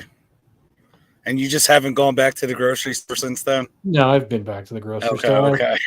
I enjoy going to the grocery store, so I do too. My wife gets orders come in. I'm like, just go to the damn store. Right. It's not that hard. I'm paying extra $15 every time they drop it off. I'm like, just go to the damn store. My girlfriend in Australia, if you buy enough groceries, it's free delivery. So they've definitely taken the market there. I don't know if Don will. I don't know if Don does that or not. Here, the price you pay, the cost of a can of beans is different if you're in the store versus ordering it to be delivered. And is that how they do it? Okay. Yeah, they don't. The delivery charge seems small, but the cost of each item is higher. Makes sense. That's how Amazon does it. Yeah, exactly.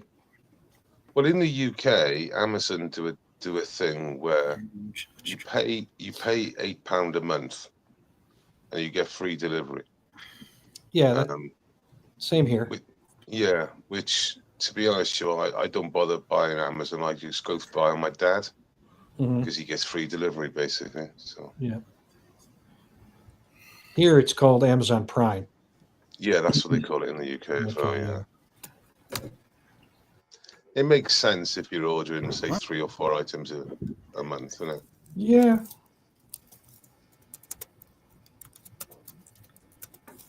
You also get movies and TV shows and sort of, you used to get a lot more with your Amazon Prime. You used to include a lot of music, but over the years, the stuff you get is the fuck she kill? I don't know what has skin on its bones. That's why I'm just a little curious. Yeah. What kind of broth you making there?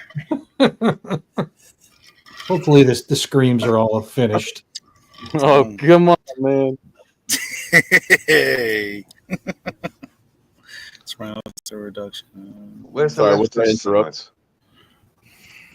What's that, Base? Where's the leftists tonight?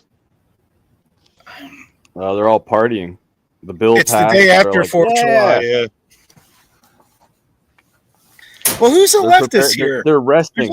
They're resting because they're going to be burning cities in the next couple of weeks. So, actually, AFED's won, even though he thinks he's center. But I won't talk shit on him. He's not here to defend himself. Well, let's talk shit. No, we're not talking shit about people that are not here. We're not. Like I said, I'm not going to talk shit because I think he's seen. I think he's seen the light a little bit.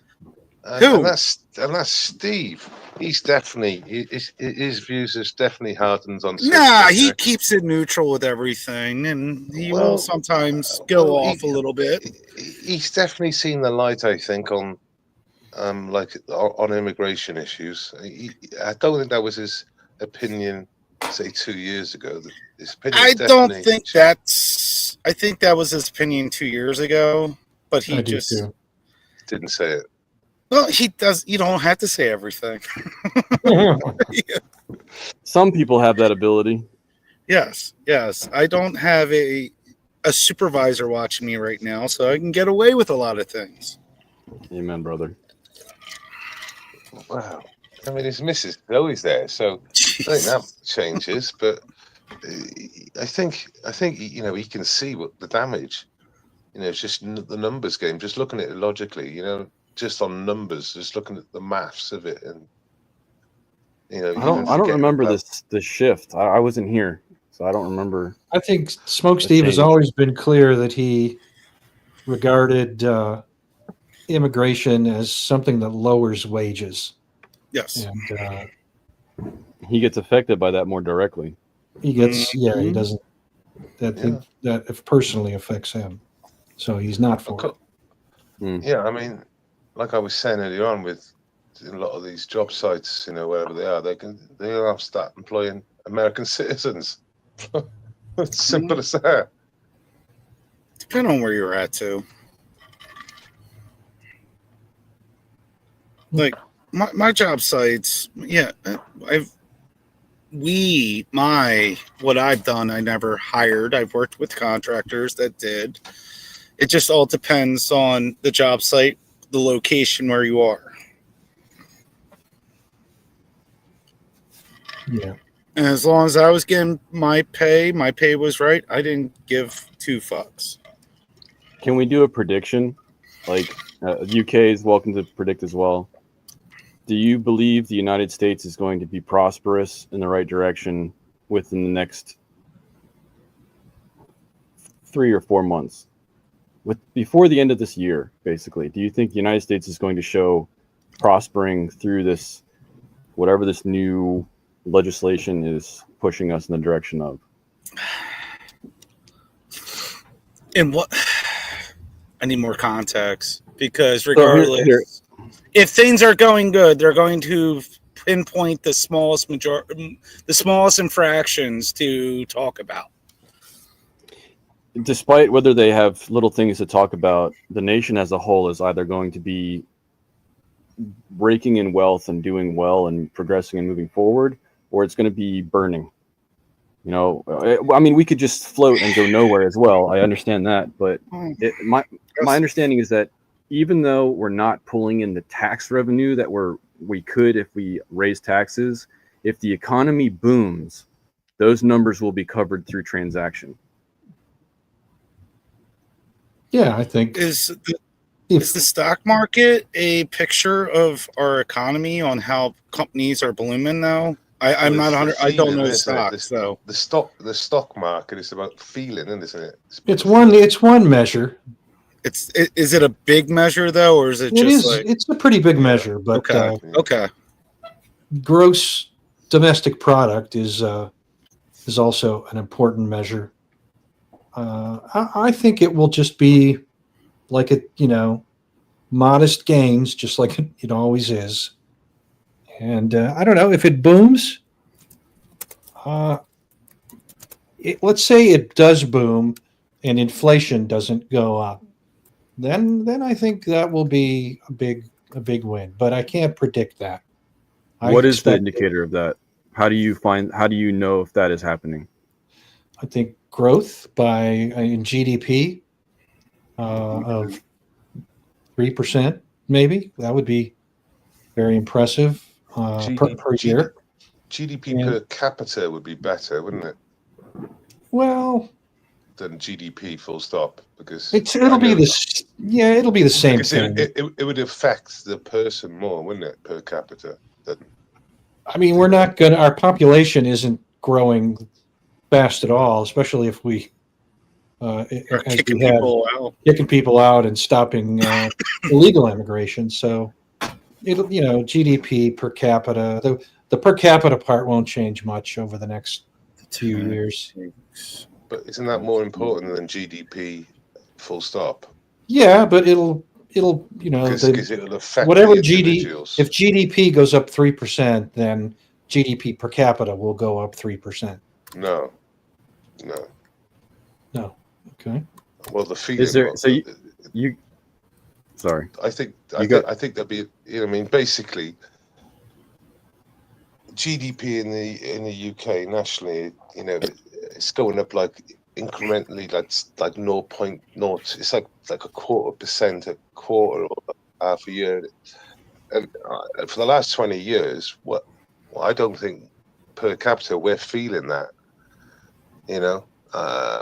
I don't know what the numbers are. I'm sure they wouldn't be the same per capita to the nation as a whole. Is there a type of data though that isn't stock market, isn't GDP per capita GDP, but it's like a we the people type consensus of people are happy, people are content, people are wanting that type of thing. We have internet like X and stuff like that, but yeah, that's very hard to measure. Kind of optimism or happiness. Those are important measures. You're right, but they're very hard to measure, and I don't trust any attempt at it. So, do you think AI will become powerful enough to read data in real time and give it a eventually, yeah, but not in the next few years. I think it's also called consumer sentiment. There's another phrase that businesses try to measure. Yeah, I'm not really too familiar with it, but I know I've heard it mentioned in the past. Okay, I mean, word of mouth to me is a lot of valid data. When my neighbors have a certain vibe about things, not just talking points from news outlets, but like if they're starting to build, if they're starting to invest, if they're starting to do this and that, things are going pretty good. If everybody starts to freeze out and just bunker down, then it's not going so good. Yeah, I don't know. Feelings are really important, isn't it? I know it sounds. I think so. Like you're so woke, Welshman. I know. Here's what I'll say. Here's a good measure.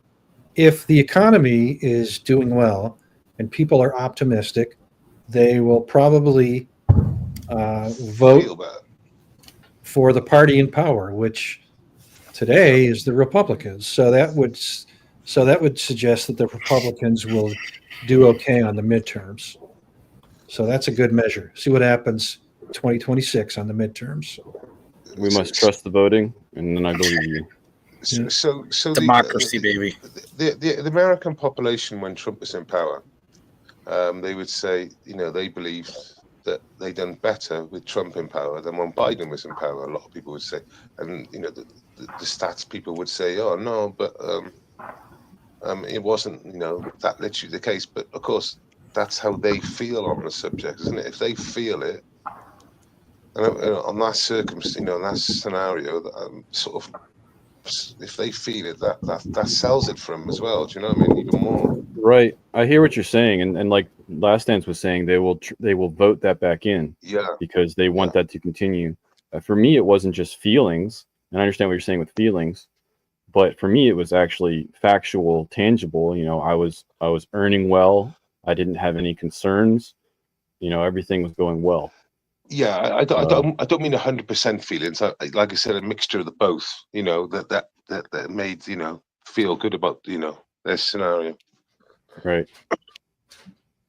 But yeah, my prediction is that this next 3 years, I can't believe it's only been 5 months. Over the next period of time for this cabinet, I don't expect, even with all the wars and chaos that's happening, I expect the United States economy to go very well. So if that's true, that they can't vote that back in again. So they will just, I guess, keep the Republican Party and believe that ticket will maintain. And like I said, that's how that could make the market optimistic. Just not you, but like you times millions of people, obviously. But at the same time, for that, you have 3 years to invest and get things done, because if it is going to switch and turn on its head in the next cabinet, like, you can lose everything. I don't like the volatility of that bullshit. I don't like how things can be ripped back and forth. It's America is on the edge of a recession at some point. They keep on saying it's due. I think it's what does that mean, though? What triggers that, and how does it play out? I don't understand. Well, the market, obviously, and the feelings of the market, because that's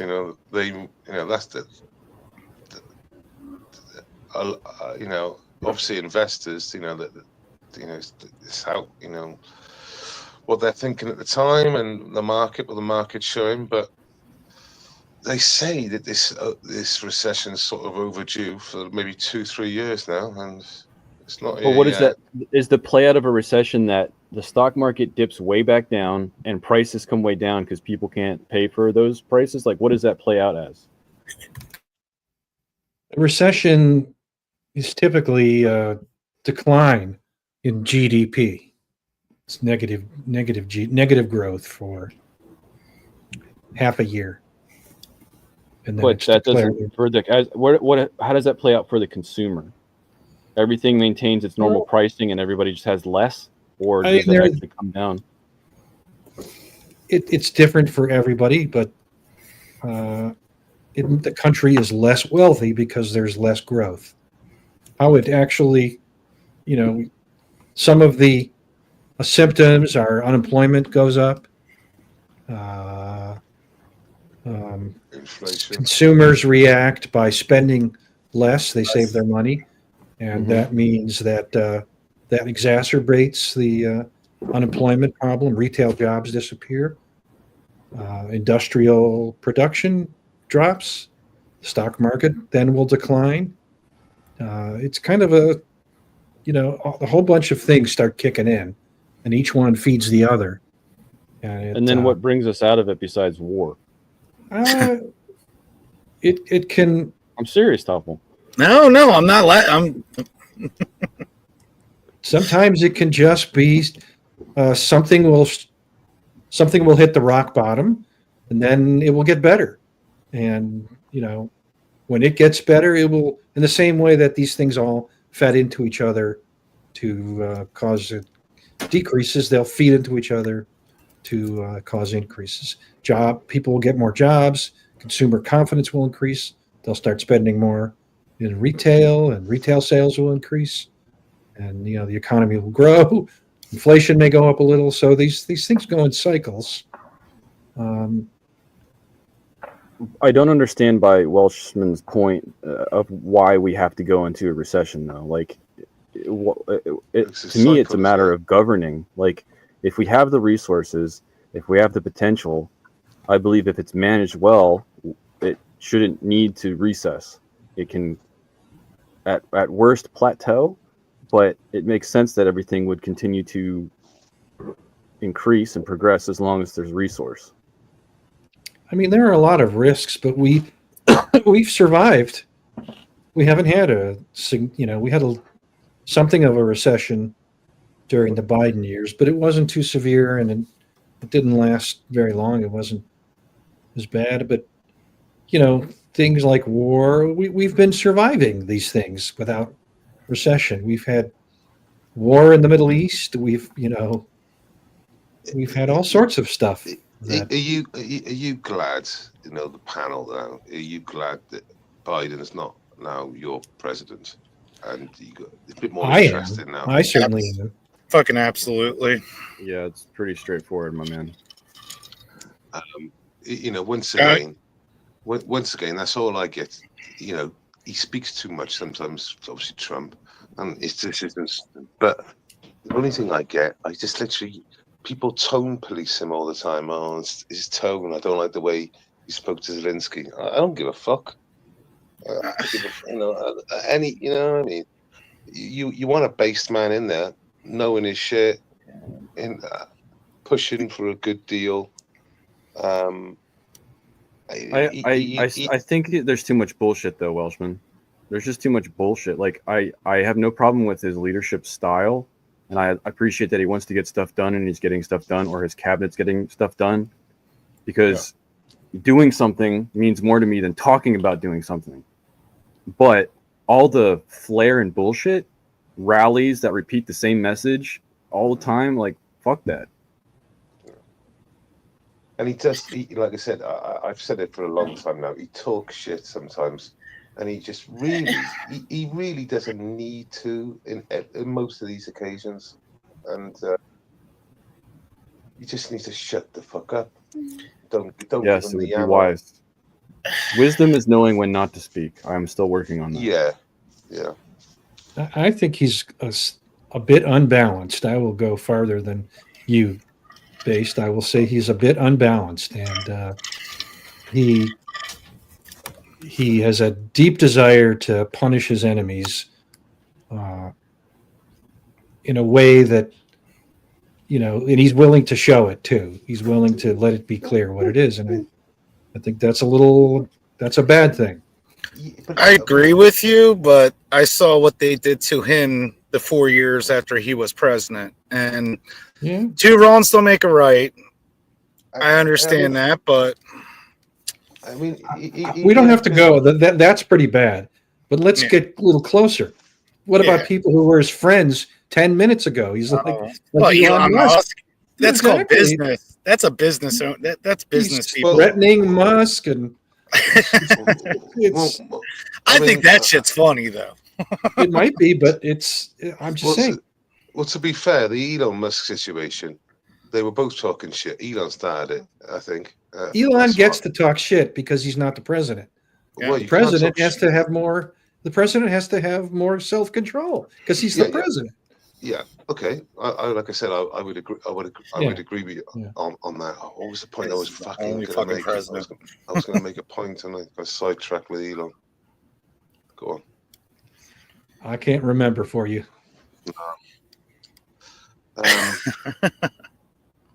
But yeah, there's a lot of tone policing of Donald.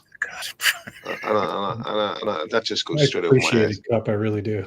I like the interview he gave outside the helicopter the other day. I'm ad-libbing what he said because I can't remember exactly what he said. He was talking about Israel and Palestine. And he said, yeah, these two have been fucking at war for so long, they haven't got a fucking clue what they're doing. That's it. They just haven't got a fucking clue. He just walked off. I don't have a problem with that. Did you hear that one? Context, did anyone see that? I'd heard about it. Yeah. He literally just said they don't even know why they're at war. Now that's a different Trump. That's a Trump who those are strategically those are strategic statements that he does to pressure the parties. That's his form of diplomacy. I don't care if that bothers people. He's got a style there, and it works. Yeah, they've been at war for so fucking long.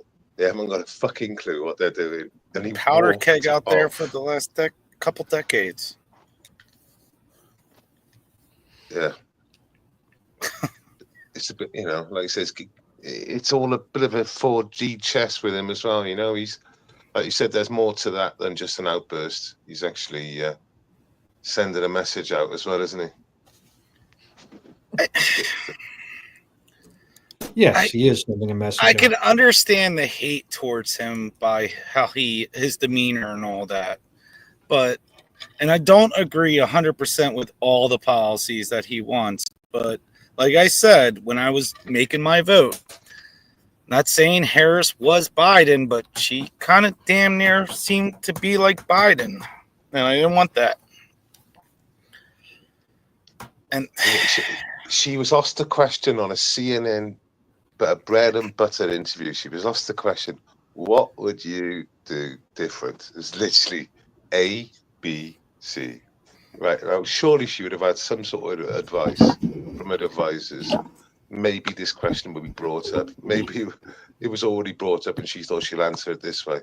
Well, she didn't answer it correctly, did she? Because basically, I'll do nothing different. And she said that, didn't she? It was like, well, she stayed loyal. She stayed loyal to Biden. No. Yeah. You never, ever see a politician ever do that. It was the knives were already out. I remember when it happened. The View is what fucked her up when she went on The View. So who are we talking about? Sorry, Harris. Kamala. oh, Kamala. No. You know, the bottom line is she could have turned around and said, actually, you know, I've got a lot of time for Joe, and we've had, you know, but I would have treated the border differently. You know, she could have, of course, she couldn't say the border because she was supposed to be the border czar, but she could have, you know, mentioned Ukraine. She could have mentioned anything, and it wouldn't have been like a huge big no. She couldn't just, you couldn't just say no. I agree with everything. It was like, no. Did you see that was it 60 Minutes that just got sued? They settled out of court. Yeah, 16 million or 18 million, wasn't it? For what? It's millions, yeah. For doctoring the video footage of Kamala Harris's interview. They all do it. But yeah, I know where you're coming from. Favoring, dude. That's not okay. They all do it though. That's the thing. That's why I don't. Brian Stilter said it was just normal editing, but I seen the original. Wow, that's normal, man. Damn. Yeah, I know. Oh yeah, that guy. And he's so dishonest. It's unbelievable. He's back at CNN, by the way. Dude, we're at the point now where it's going to be hard to tell if they're doctoring the interviews with AI video. Yeah, they're like, wow, they fucked up so bad. Let's just create some shit and throw it in there because it's going to be dangerous. That's another thing I said that changed with COVID. A lot of people start realizing mainstream media was bullshit. It was another thing people start seeing. So because of the parroting or what? Everything. Just even when they were trying to get people, divide people as much as they could with masks and vaccines and all that. The numbers weren't adding up. Get rewards. Yeah. Remember the Joe Rogan, the horse tranquilizer?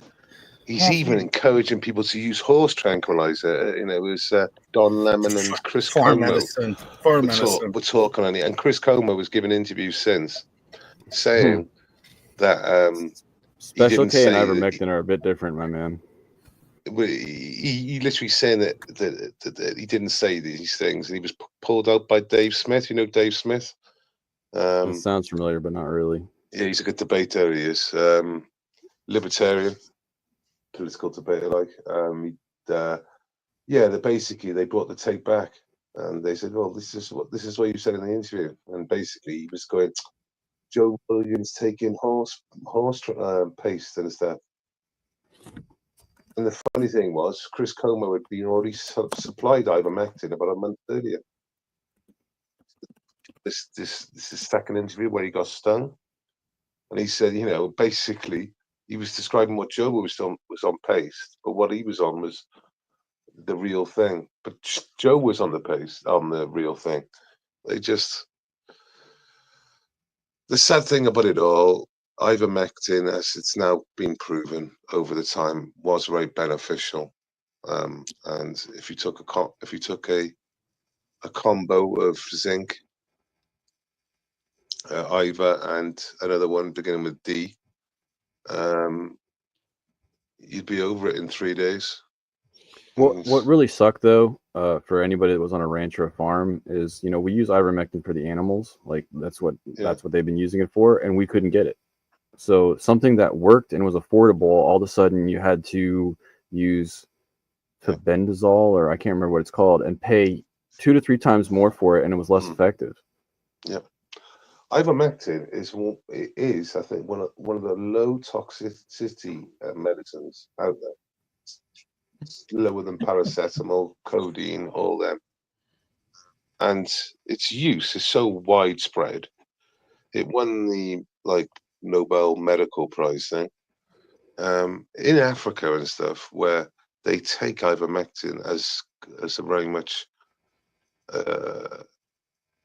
let's say old people take aspirin for their heart or something. A lot of people, not old people, but a lot of people take ivermectin to do with worms and stuff. It's an anti-worm, and that's what this original thing was. But it turns out that the death rate in all of Africa, ivermectin's was very low compared to the rest of the world.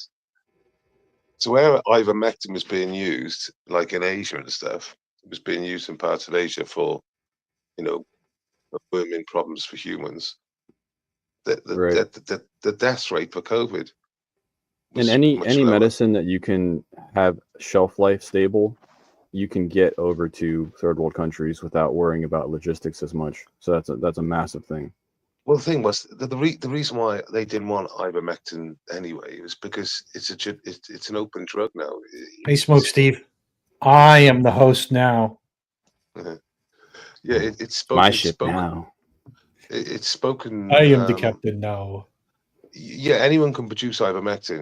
It's open. I can't remember the word I'm talking about. But basically, it's an open drug. So, what's that? Open source type. Yeah, it's open source now. So, if, for example, before COVID was happening, you could buy an ivermectin in like India, Pakistan for like a quarter of a pence. I mean, my Indian friend was going to send some ivermectin back, and he's saying like the price of ivermectin's gone up through the roof in the last like. You said months. A quarter of a pence. Do you actually have a coin that is like a quarter pence? No, just I think it was such a small amount of money. Right. I was just curious. That's your smallest coin, right? No, it's a penny we got. But I mean, I think literally because in India and stuff.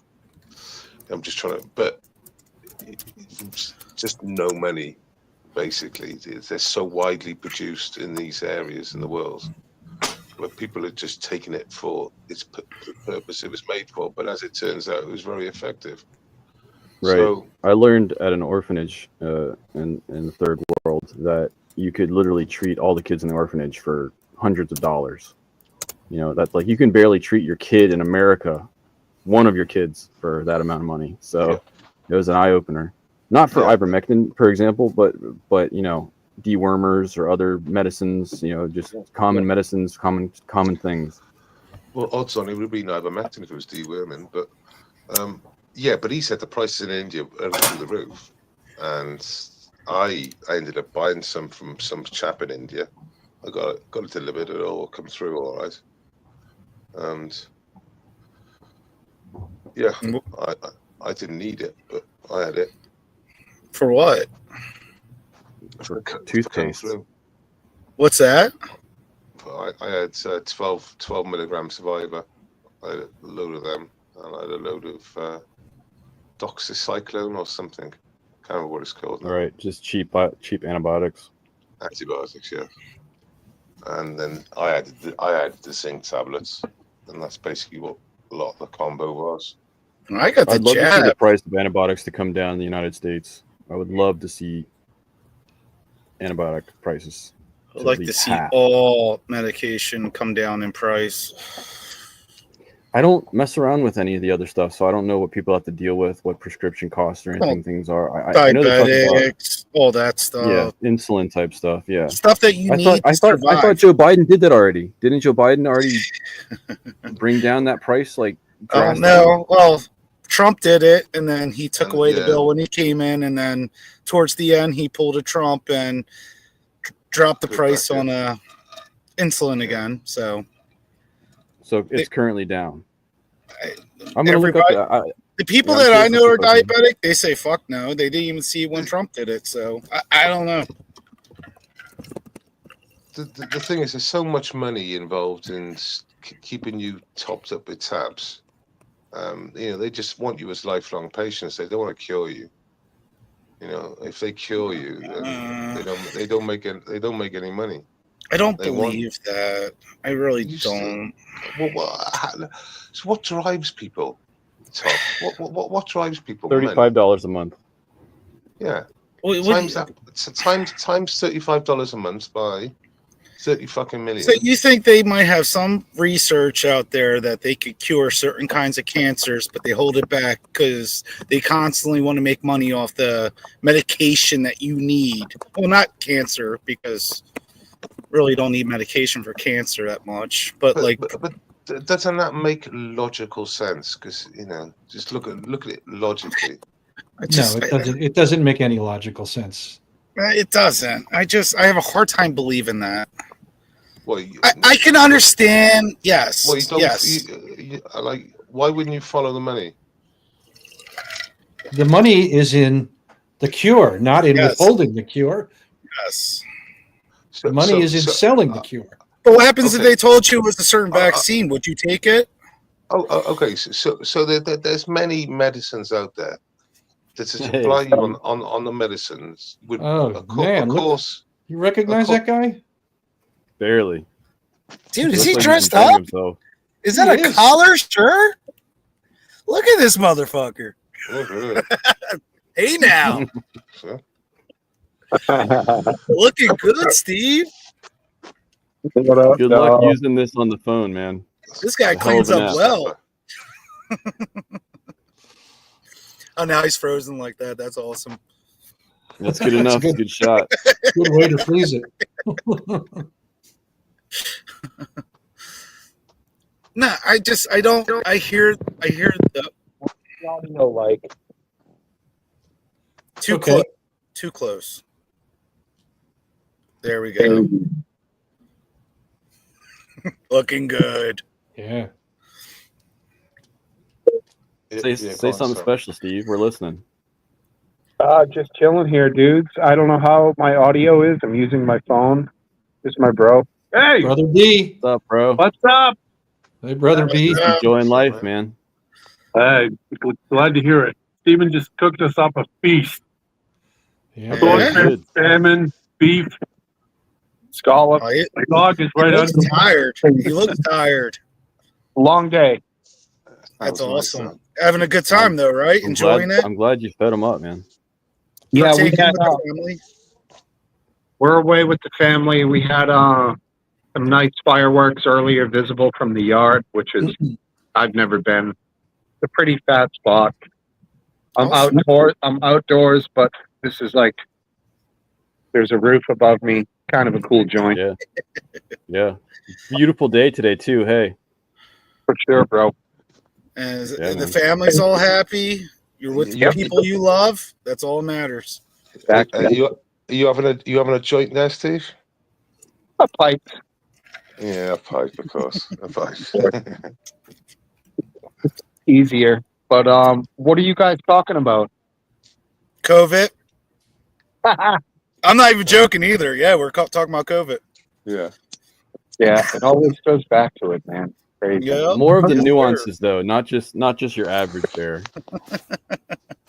Well, we'll just maybe finish off the COVID thing. In the UK, there's a whistleblowers come out to say that they were treating non-jabs and jabbed people differently, and they were saying with the unjabbed people, they would stick them on ventilators and giving them that drug remdesivir. Remdesivir. Yeah, which is basically a death sentence if they stuck you Yeah, on people call it real death severe. Yeah, and so the whistleblower is saying that basically your answer to that question would determine how they would treat you differently. I'm not sure they're going to be able to do anything like that in the future unless it's memory hold.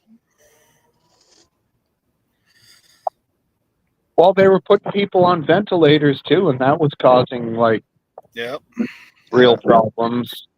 I mean, in defense of the medical profession, I feel like maybe they were caught a little bit here and they were scrambling, so it wasn't a perfect response.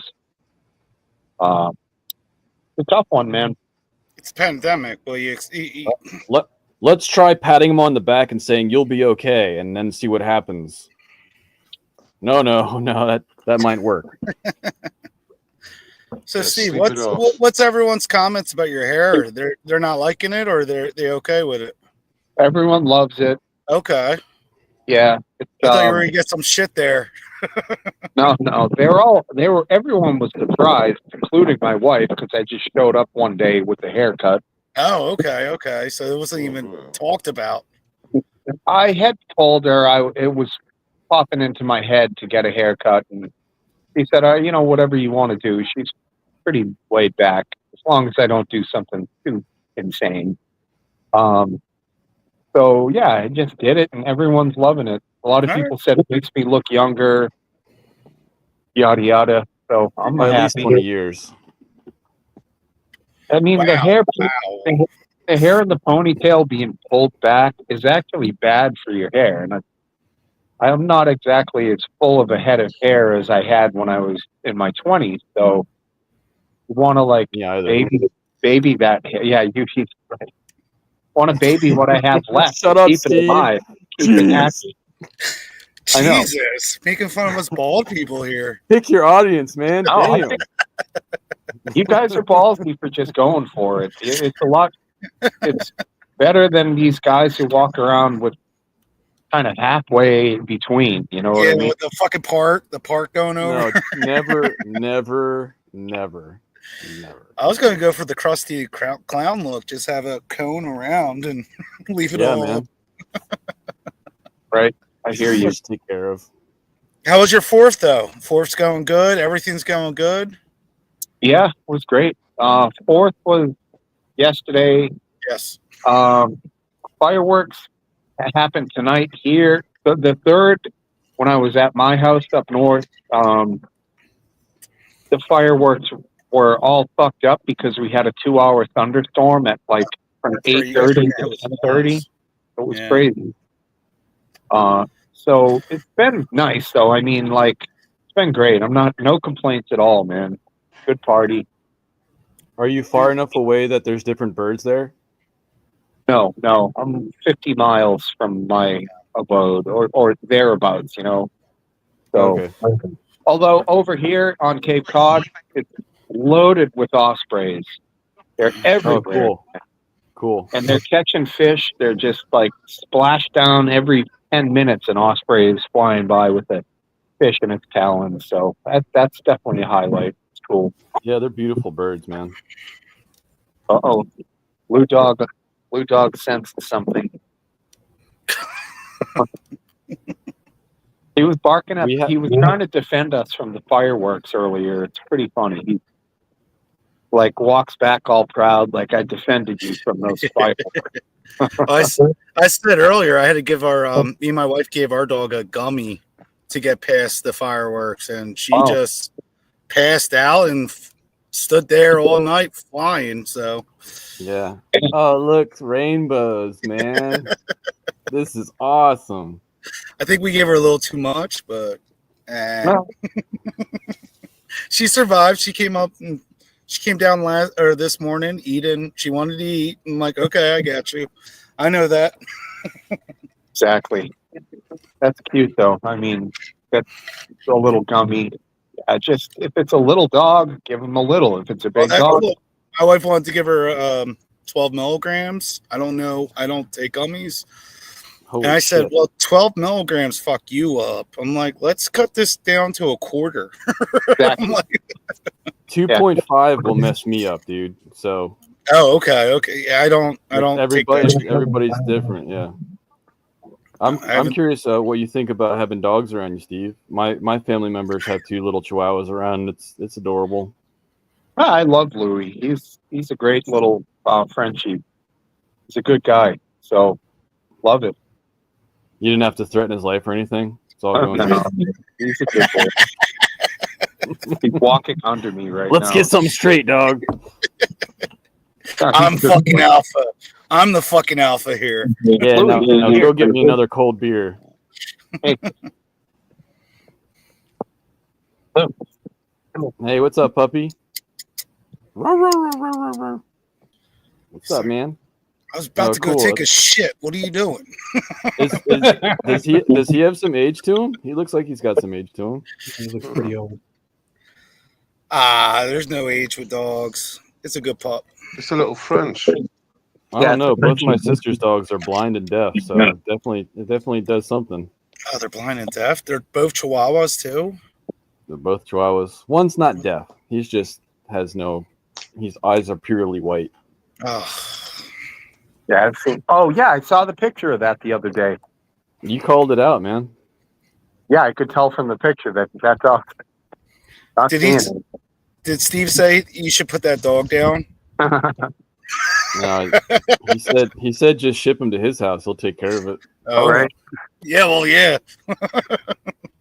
Little guy will never see it coming. That's true. Terrible. I mean, I always got choked up when I saw a one-legged dog. One-legged.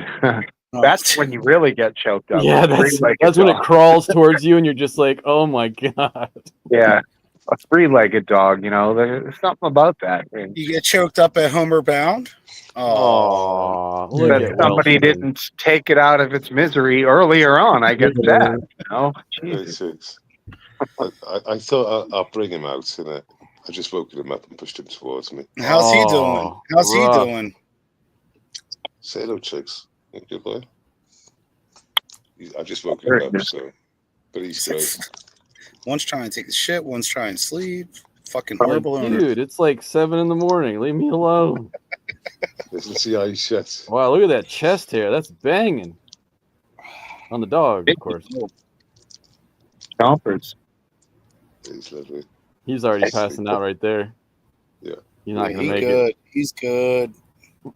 He's on the gummy too right now, right? He's just rolling. Yeah.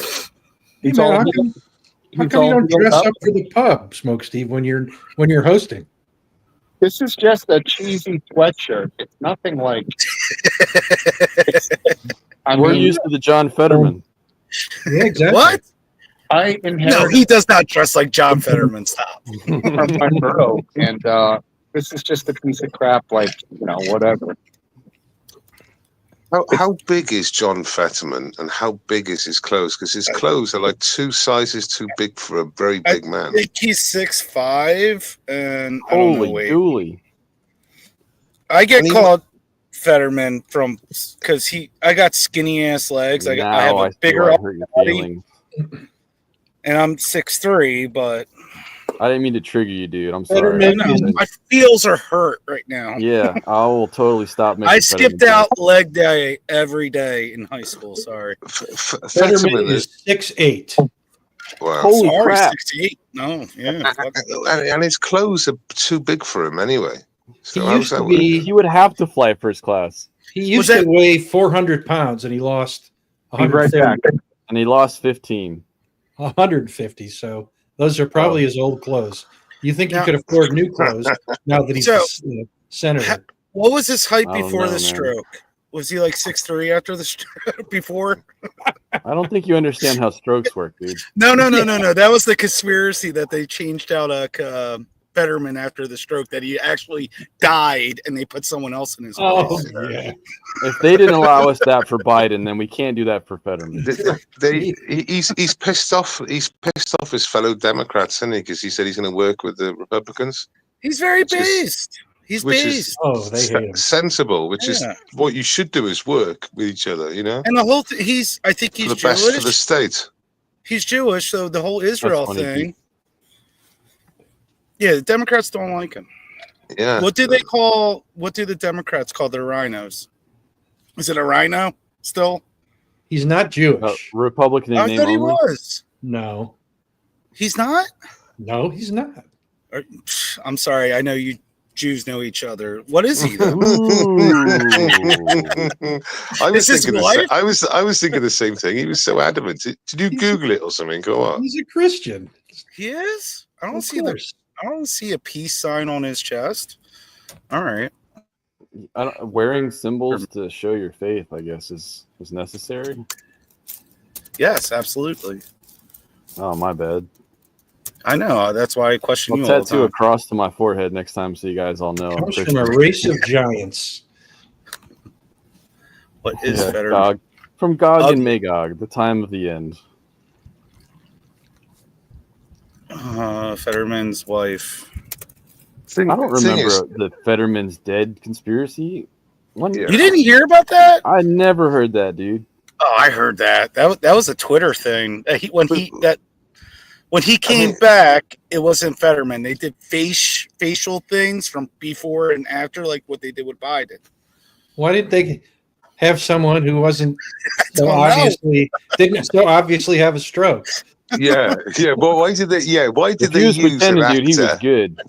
Why did they use an actor that clearly had a stroke? Exactly. His speech. I mean, yeah, it's like they've replaced him with a retarded actor, which doesn't make any sense because you don't want him to be retarded, did you? You know what I mean?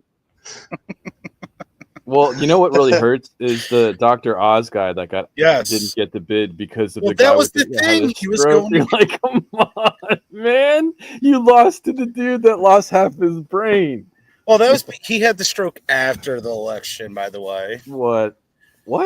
No, I thought he had the stroke after the election. No, he didn't. Was stroked out. Yeah, that was the funny. He lost to a guy. Do you remember the debate?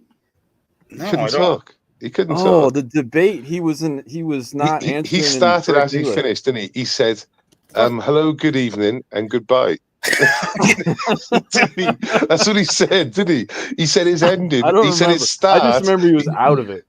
Yeah, no, literally, this is what he did. He said the first sentence and his last sentence, and then he carried on with his speech. So he actually started it, finished it, and then started it. If you get that was drift. Yeah, I remember it being completely stroked out, and then Dr. Oz got the shaft. Yeah. So, thanks very much for this evening, and good night, and enjoy yourself. That worked out, though. I wouldn't want fucking Dr. Oz either. That was the big problem. Apparently, you're not the only one. I didn't vote for that. I was going to say. I did not vote for that. Your vote probably made it happen. That one vote. To be fair, we're all giggling about this like weird character, but he has his speech and the way he comes across now is far improved than it was. To me, it's an example of the deep state not getting what they wanted, because like they put this guy in that is like handcrafted. He gets in, he comes back from his stroke, and he's actually like a reasonable human being, and they're like, oh shit. Now we have to wait to the midterms or whatever to get rid of this guy. This guy actually wants to work with the GOP. We can't have that. He's like answering questions and stuff and trying to do things. We need this guy out. Yeah, he's not stuttering and fucking losing his shit at his question anymore. We've got no control. He suffered the stroke May 2022. Oh, shit. And what I also appreciate is everybody else is in a suit and a tie, and he's wearing comfortable clothing. That made me realize you didn't have to wear a suit and a tie. Well, to be honest, the way he wears his clothes as well, it's not even the clothes. It's the way he wears his clothes. You couldn't be more, I think, sort of like, these are clothes I wear in my house. I mean, but when you're a big guy, just tall guy, it's hard to get clothes that fit. Really, have you ever heard of a tailor? He's rich, bro. Do you get tailors in America? I do understand. Is it something you get in America? You could get your clothes tailored individually. But that was the other thing he was running on. I'm an average American like you. That was his big thing too. I know, but you can wear a tracksuit better than he wears a tracksuit. Like I said, everything was. I don't know if I believe that statement. Everything was too big. Even his tracksuits. Everything was just like just fucking crazy. But whatever he won. He won. Yeah. He did win. Yeah. Are you noticing anything different up in PA with the men? No, because PA's always been both parties. It depends on what township you live. It's very red and blue, depending where. If you travel 30 minutes up the road, it's blue. Governor is Democrat. I was just quickly. I was up in Lidditz, and to travel between Lidditz and Lebanon, you travel right through the backyards of all the Amish. It is so beautiful through there, dude. Oh yeah, it's beautiful. Yeah, we call it should be called the zigzag state because every half a mile you're taking a left and a right to go north. We call it Pennsatucky, so. Okay. So within the Amish, they were saying have a big part to play in the election for just certain counties. Are they allowed to vote? Well, they all voted for Trump, didn't they? or the Amish. I just don't know how it works for them, because if they don't pay taxes and this and that, I'm curious if they have a stipulation on any of their political. Well, I was told the Amish vote was a very important vote, and okay, Amish can vote. Amish can vote. Okay. The Amish generally do not vote. Yes. They certainly are allowed to vote. Okay. And then you have Mennonites. But I think they were directed by their elders to vote for Trump. Possibly. It's a good separation of church and state right there. So basically, I think it was to do with didn't Biden stuff them on something? The Biden admin stuffed them on something, and I was under the belief that they were told to vote for Trump. Well, if regulations are going to impede their style of life, like milk, dairy, eggs, any type of agriculture, that's what it was. They're not going to play ball with that shit. It was farming. It was something to do with farming. I can 100% see why they would all get on board with that, because they have a lifestyle locked up in there. It's doing great. There's no question that they're doing well. So for that to be messed with, I can see that. They done well on COVID as well. They got they took a smasher thing at one point, but overall, COVID was wonder why. I think that they're also extremely vital for the build back of the flood out in Tennessee and North Carolina.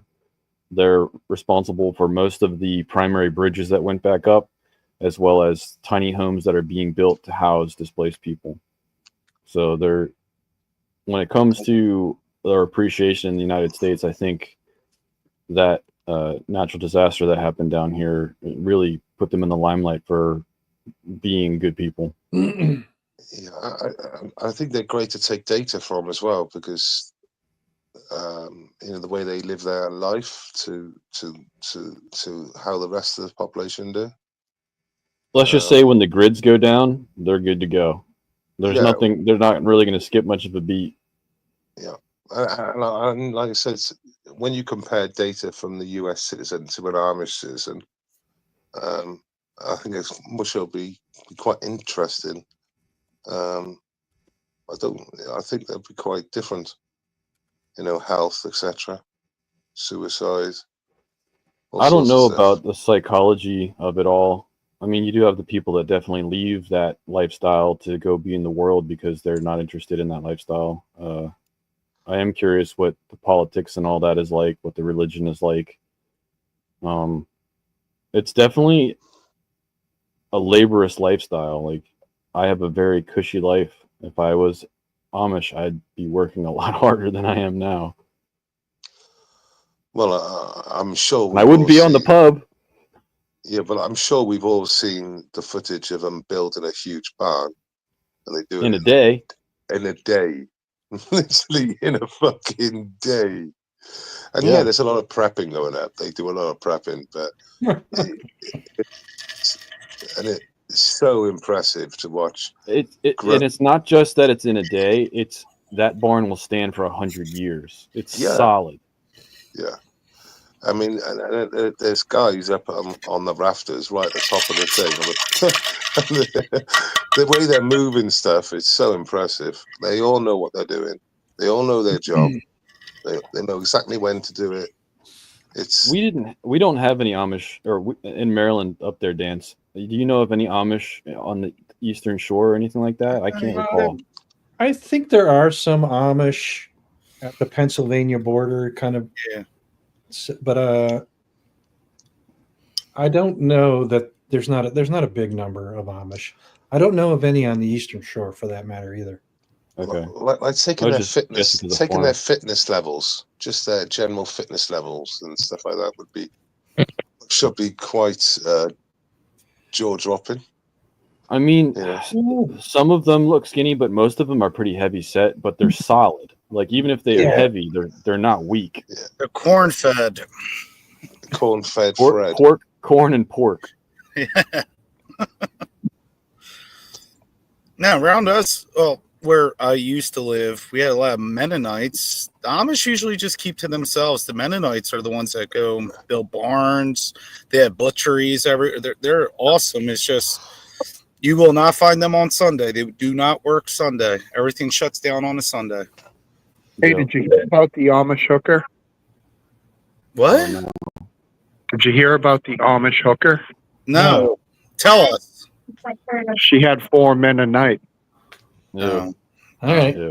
We're going to put you on mute for a little while. Yeah, what the All right, fuck get out. was that? You can't. I'm on. I logged into StreamYard now, so He's getting yelled at now. What the fuck was that? That was stupid. come on. That's an old one. I did see raw milk for sale up there, though. I thought that was illegal. I It didn't is? realize that Pennsylvania could get away with that. Yeah, It's not illegal if it's in Amish country. It depends on the location. Okay.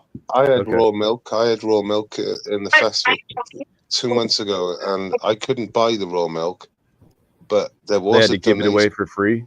There was a donation cup there that you were welcome to donate. So Okay. basically, I had like a pint glass, and you donate money, and I put like £1 in every time. A lot of people were putting like fivers in and stuff. 2 Yeah. quids and No, 3 quids.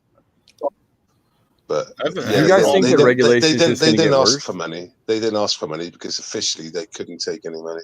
I haven't had raw milk since Right. my wife had milk in her boobs. That was like Nice. 13 years ago. Oh, man. We're going to have to get that cut out of here now. What, did I pass the fine with line? it. You did indeed. Not Oh my my God. line, buddy. You're good to go. I gotta say, They just can't raw appreciate milk it. tastes really nice. I've I got no thought- issues. I thought YouTube showed videos of breastfeeding here anyway, so. Yeah, I breastfed my kid on live stream. You? Wait, what? Like, what are we talking? Oh, man. Didn't know you had that game in you there, RW. If live leakers get like little squeamish with the baby milk, that's weird. You don't outwardly look like a female RW, but I'll take your word for it. You know, I just present myself as it's the beard. Exactly. Eastwind Farms. Banned. Yeah. Are you one of those girls with extras? Those modern ones? I don't know. Well, I might like be. I like to maintain my mystery. Wait. Are we talking about RW transitioning? Well, he said he can. Well, I may already have transitioned. Some men can get milk. That is factual too. Nice. But it's For me, it's usually gonna have to be a medical condition that you don't want to have. natural oddity Reason though, why. because I'm not doing drugs. Yeah. I will not do Some drugs. people It'll have have to be 6 natural. fingers. It's not normal. I got 3 they legs. probably sweat on the guitar though. Just because someone's got 6 fingers, you don't say it's normal, do you? You can look anything that You has chop nipple. the fucking finger off. No, you don't. You fucking do. Why? That sounds like That's advantage considered of an extra finger finger. affirming care. Yeah, can you imagine growing up and having an extra digit? That you get. This is a truism the Fockers know all too well. Yeah. Yeah, get the fuck out of here. You get bullied at school when you're having a fucking extra digit. What, having a 6 fingers? Yeah. Oh, I think that'd be amazing. Yeah, but they chop it off, so they get rid of it. Oh, What if God. it's the perfect? You can What if combat that that 6 finger is the problem. perfect booger finger? No, 6 toes would be a massive issue. That's not beneficial, though. Having 6 toes is not You as take that nugget beneficial. off, and you take that nugget off. Well, you'd be more stable technically. Yeah, but you have to buy new pair, different. You would have to get your shoes made, but it wouldn't be Crocs. benefit you Oversized anyway. Crocs. Come on.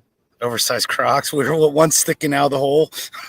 No, oversized. It would be housed. Well, I will say this, and I say this to everybody: Crocs with Uh-oh. kids, leave them off escalators. When I used to work on escalators, every time we opened them up, we always found Crocs. For some reason, if they get their foot close to the curb, what we call the curb, it will suck the crock in, and it can injure kids. Just in case in the future, grandchildren, your own children, it's very good info. Wow. I'm trying to be educational here, but I care for kids. I don't care about the fucking adults. Fuck them. Yeah, they can get sucked into the escalators. What, third nipples? I thought that was a joke. How come it's just the dudes that have third nipples? Yeah, I would assume it's the exact same proportion as women. Yeah, equal opportunity. I don't know anybody has a third nipple. I wonder if that third nipple not on the show. Not on the show. Is it the same sensitivity as your nipples though? The third nipple? It should have more sensitivity. Then it's a bonus. What? What? This is information I need to know. Yeah, that's going to be on your search history, not mine, sir.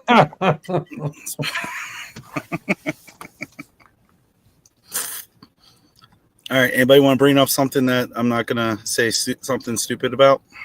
Yeah, you totally sent us off into the weeds with the titty milk. Damn. Yeah.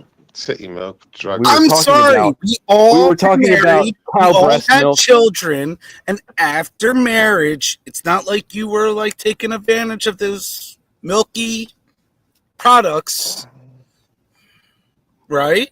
Topple, you're leading the group right back into the weeds, man. I was trying to. The cow's over here, and you're just taking us over this way again. Those fucking Mennonites, they really know how to build shit, don't they? I never did any of that, Topple. You're not a real man. That's weird, Steve. All right.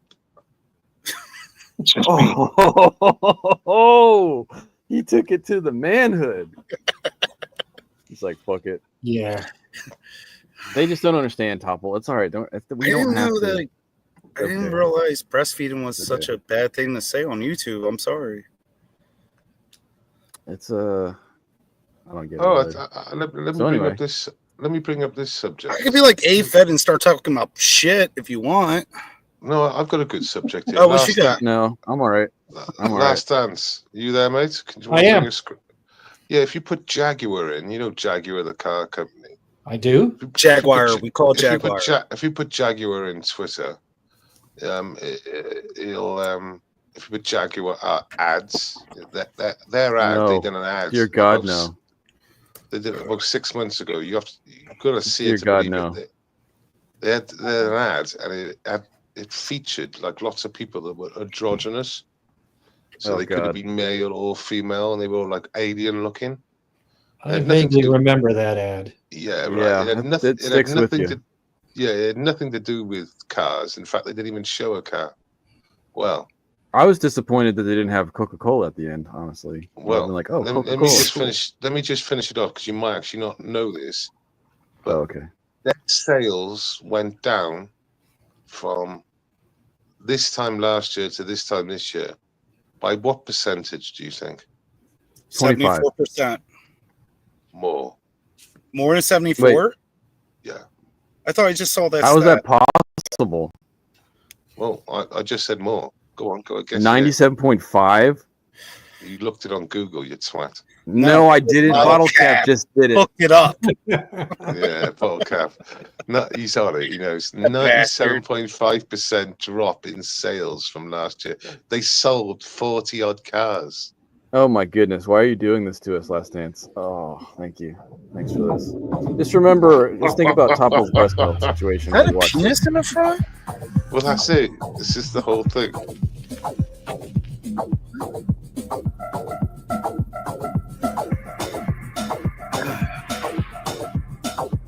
Where's the car? There's no car. There never was a car. Copy nothing. That's right there. It's the rock thing. That's the new model. You know what? It's about to tank. Oh, Please don't do it again. On that. Okay. Thank you. Sorry. I will not buy a Jaguar. A little bit of a reaction there. I will not buy a Jaguar now. Well, I wouldn't buy a Jaguar before. I just won't buy it. I would have actually. Well, let's think about who is a Jaguar driver. Now, a Jaguar driver to me is, say, for example, someone that is a teacher in school. This is a sports teacher. Right? He must get paid a lot of money. In his 40s and 50s. It's that sort of it's more of like a tweed sort of man, like a country filed man. So now Jaguar, in their wisdom, think, let's get 12 people that could pass as a male or a female or a fucking alien, right? And let's do an advert, and we're really like targeting our core audience here, of the sort of, because it's not everyone buys it, Jack, but they don't look like these cunts, do they? They don't look like these cunts. Well, my question, so Bottle Cap is saying that was the European sales. I'm curious if you're willing to Bottle Cap to see like United States sales. Yeah. If it tanked here as well, if it was just Europe. There's not many people that I know of here that buy Jaguars anyway. Yeah, I don't know many people that drive around in Jaguars. I hardly ever see a Jaguar on the road. I see a few.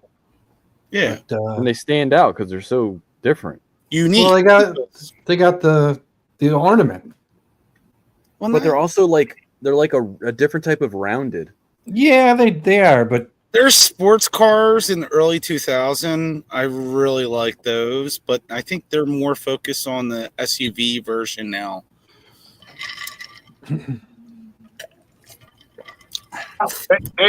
Jaguar has some really bitchin' supercars, but they've never entered hypercar territory. But people still buy those $200,000 Jaguars, and they're worth money. They're respected. Just as a collecting item, collectible.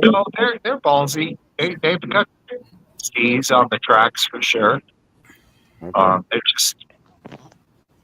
That's why, if you watch any of these hypercar, supercar guys on YouTube, there's usually every collection has a $300,000 Jaguar in it. Why wouldn't they want to appeal to those guys that are buying McLarens and Ferraris? Then whatever the fuck that commercial was, that was just bizarre.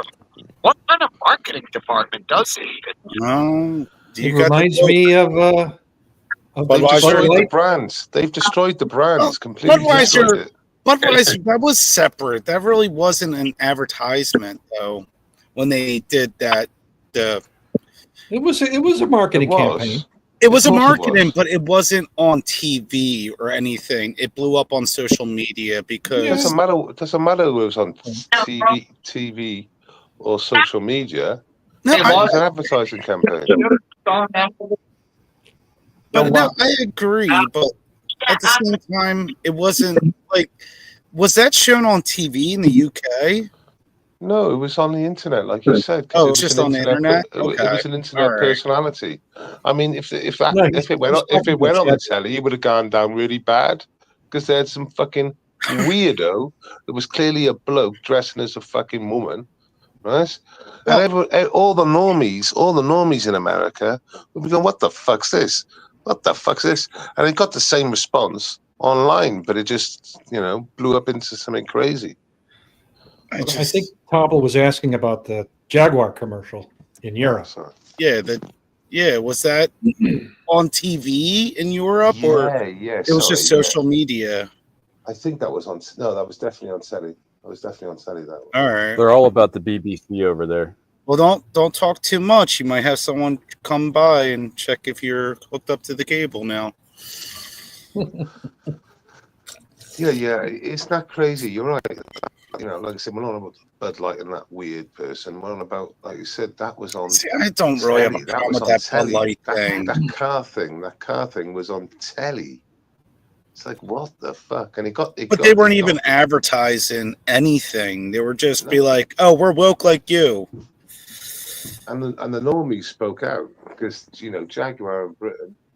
Well, have they rebutted yet on it? Have they come out and say they apologize or had any kind of statement? They shouldn't have to apologize, but I don't know. But if they backed away from it, I guess. Yes. Because Budweiser didn't come out and apologize. They got Shane Gillis now and Post Malone to do their commercials to try to bring up sales. Did any of you guys pay any attention to Black Sabbath's farewell? Who's Black Sabbath? Oh my. Ozzy Osbourne, Ozzy Osbourne. I thought he was dead already. He's still alive. barely. He's got They just did their final live career. He's still fucking going. Over in I don't. Birmingham or not Birmingham. Did Ozzy play with them? I think it was Birmingham. I think you're right. It was Birmingham. Ozzy Osbourne and Black Sabbath concluded their live performance careers with a farewell concert titled "Back to the Beginning" at the Villa Park in Birmingham. No, I didn't hear about that. I'm surprised. I didn't watch it, but I'd almost interested to watch some clips to see like if he remembered stuff, because like when it went to just speak years ago, he was basically retarded. Yeah. But very iconic.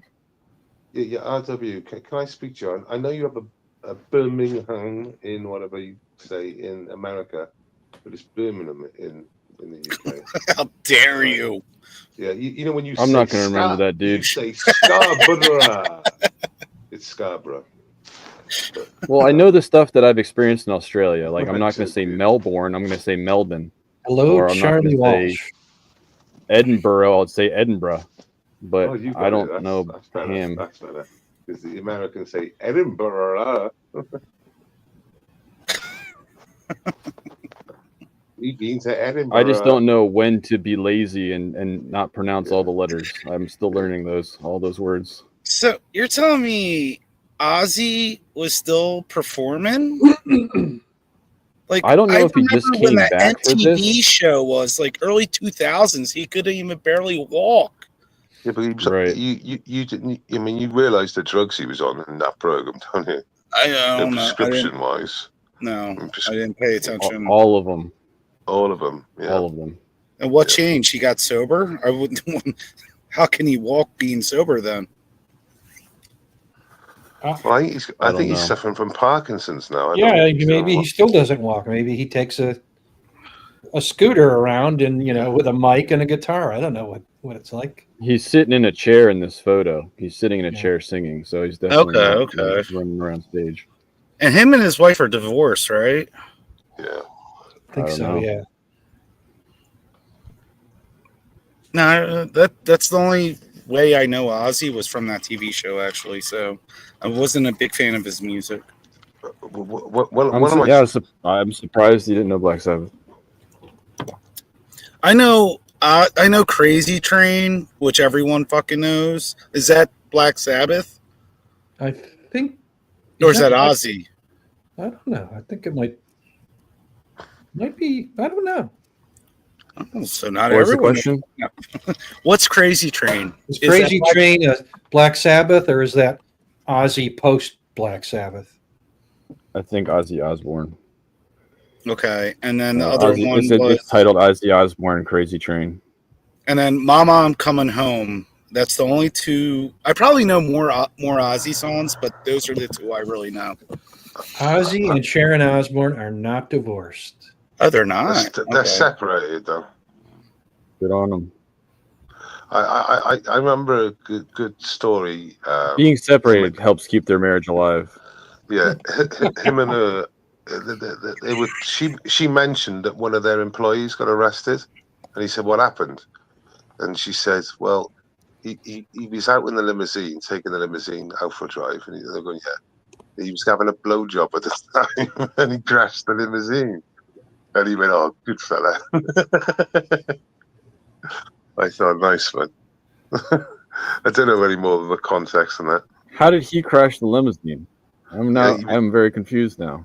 Well, the chauffeur or whatever was getting a blowjob at the time, and he crashed the limousine. And Ozzy was like, "Oh, well, okay. Good fella, like, well played." Too many people.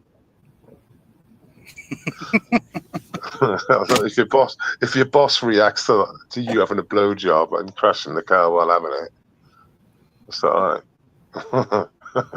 Crazy Train there goes $1 million.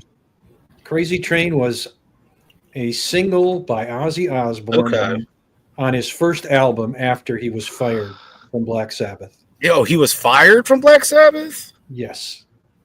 Because of the drugs, I'm guessing? I don't know. Oh, okay. Yeah, probably. Could have been that limousine episode. I think it was drugs. That's what most head singers get kicked out of bands for. So, what's the one band I can't stand? What's the one guitarist? God damn it. Eric Clapton. No, he got kicked out of a band? I thought he just went solo. No, I'm just randomly throwing names out to be an asshole. Oh. Did it work? Van Halen. Uh-huh. Wasn't the lead singer thrown out of the band because of his drug problems, or he was just a total douchebag? You mean Van Halen himself? No, was the David band Lee called Roth? him? Yeah, David Lee Roth. I don't know. Oh, I know. I'm just looking real quick to see what's trending, and sadly, What, the Floods? sadly, the New American Party is trending. No. The Flood is trending as well. The Day of Prayer protects us. That's about That's it. crazy. Everything else is small fry. Well, I'm for No free wars. parties. No news on the wars. We got any good footage of the floods? Because that seems You can find them on Twitter. And a lot of children died. Supposedly. Well, yeah, I was just going to say. So, what is the final on it, or roughly the final? I don't think they have a final yet. They're still finding 100 dead, 200 dead. What are they saying? No, I think it's less than that right now. I As know of- they're Missing. As of earlier, there were 14 children have been found dead, and 27 were still unaccounted for. From Was it a Camp school? Mystic. They were in a camp, were they? Yeah, Camp Mystic is what it's called. So they were out in some sort of camp somewhere, and then they got flooded out by those things. Yeah. Yeah, they camp on a floodplain. Mm-hmm. All right. Another thing. How many survivors have they survived from that group? I don't know how many survived. English bottle cap. He's 43. Some have been They put that information out as readily. Just give you an idea, maybe that the outlet 20, because if you got missing 26, it doesn't sound good, does it? So they have officially announced that 4 campers have been found dead. Mm-hmm. But I don't. The longer this goes and nobody is found alive, the more impossible it is that they will eventually. So, I suspect that obviously the water's subsided now, so a lot of it will be exposed. And Yes, I hope that's true. And yeah, it was a freak. The storm supposedly stalled, from what I understand. They said so. There was they had no warning ahead of time. The storm actually stalled. Well, there was a flood warning issued. Oh, okay. And or a flood watch issued like a day before, and then unfortunately there was a flash flood warning issued, but that was issued at like midnight. And it was after everything happened. The floods hit at like 4 a.m., but nobody's awake to hear to get the warning, right? I mean, so there's no negligence that could be called on that. Well, we'll see. There's always a way to find.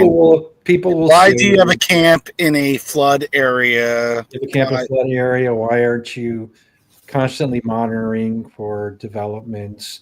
Yes. Maybe they did get the warning and they didn't evacuate. So why didn't you evacuate? So on. That would be bad. I'm not trying to cast blame in this one. I'm just curious. If I was in charge of a bunch of children and I knew that there was a weather event coming, I would definitely be keeping tabs on that.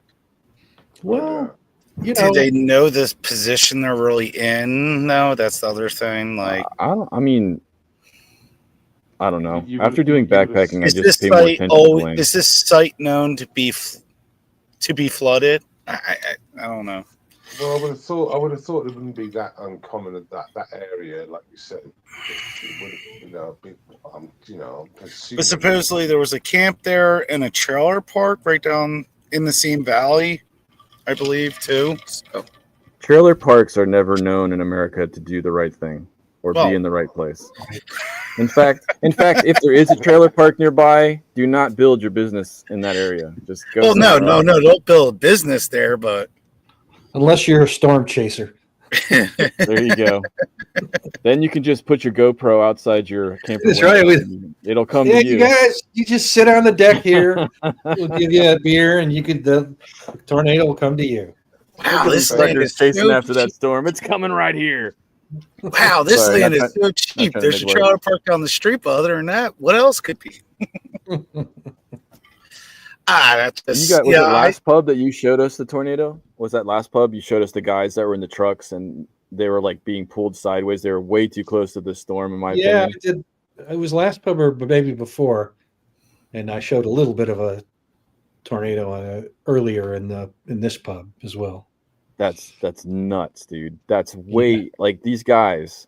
I guess they can judge like their danger zone, but in my opinion, that video was like you guys went past that line. Can you see it? I'll see if I can find it. Yeah. It like I don't know. I'm not that guy. I wouldn't be doing that job. What are you talking about? Like I would be working on that Zoom. Like Twister, where they roll up to the storm? Seeing cars or something getting sucked into it, like right in front of them. It was not. They were. Well, that's how they get their money. That we've seen, they're not that close. That's how they get their money, though. It's true. Yeah, what from like donations on YouTube or footage? The footage itself. And they have a huge YouTube channel with over 1 million followers, so they get a lot of money from YouTube. Was this Ryan Hall's team or who was it? No, this is Reed Timmer that I follow. Okay. They got these like monster cars, in they that have got loads of protection for lots of weight Batmobile. In a Twister, though. Yeah, I don't know how much weight you need to weigh down something when they're tearing buildings up. They've gone straight over the one I seen, and it was interesting. But they definitely have to be low to the ground. Oh yeah, it's like a shell, sucking themselves to the ground. It's like a shell. It is protected. That didn't sound You think that if it got bad enough, they'd be able to pull off the side of the road and shoot anchors into the ground or something? Some type of tethers that they leave in behind. It does. They have that on there. Yeah. They have in the specially built vehicle they call the Dominator 3. That's it. It has like spikes that are hydraulically driven into the ground when they push the button. Okay. Houses in Florida have those suckers behind. The vehicle. The reason why it's called the Dominator 3 because obviously there's been 1 and 2 before. And I remember. Yeah, 1 and 2 are inside the tornado. Well, no, 1 and 2. They had major problems with cooling because it weighed so much. They put so much weight on it. In the end, on the first generation ones and all that, they had issues with cooling and power because obviously they were asking it to do so much more because all the weight they put in the vehicle. So, you put a Hellcat in there. I couldn't understand that Eastwind. I tried. Word salad. Sorry, was it reception bad? Was it? No, Welshman, you're good. Farms is doing something on the sideline that did not make sense. But that Dominator machine, it's impressive if you can get a photo of it. How much money do you think they have invested in that one vehicle? Well, millions. You see, that's a turret. More than one? It has a turret at the top, so it's got 360 views. It's got a proper turret. What do you think, Topple? 500,000? What are we talking about? The vehicle that can anchor to the ground? Yeah. The Dominator 3 vehicle. How much? I never seen it, so I don't know. But if you're you can anchor any vehicle to the ground. Go on, Last Dance. If you can find images, get on Google or images. Yeah, I'm ready. It's like a truck that's the Google Earth car, Like but a truck just version. Google Like, Earth. Google Earth car. It looks quite the same. 1 second, Farms. This is ridiculous. What's that, Stonehenge? This is a tornado coming for him. Yeah, I know. is it there or is it just started? Is this the same one? I remember it being bigger. It's going to get bigger because it's. Yeah, all of a sudden. Okay. It's already in the ground there, causing mischief. Really going right there. Push it, push.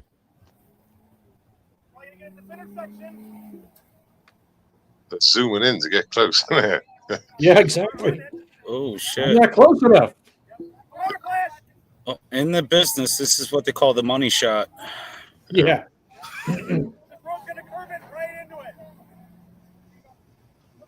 Look at just They're shredding literally, those they're transformers literally as it they're goes. side onto it because they're following the explosions as the, Holy the shit. pilot wins. Holy shit.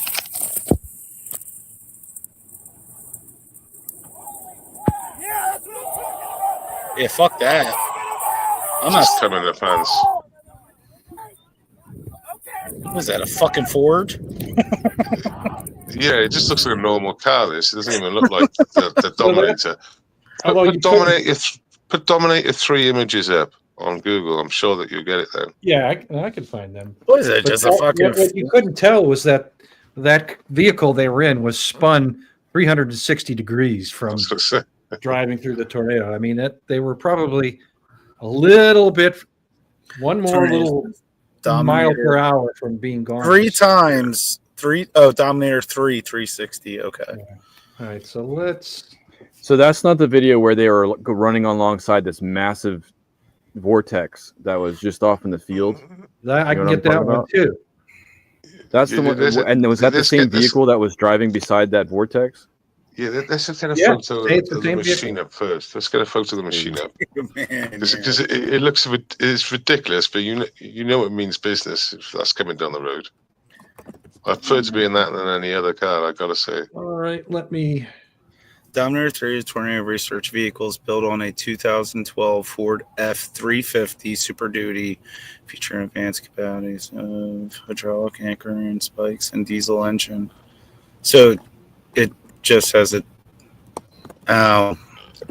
so it has a body kit and stakes to go into the ground if needed.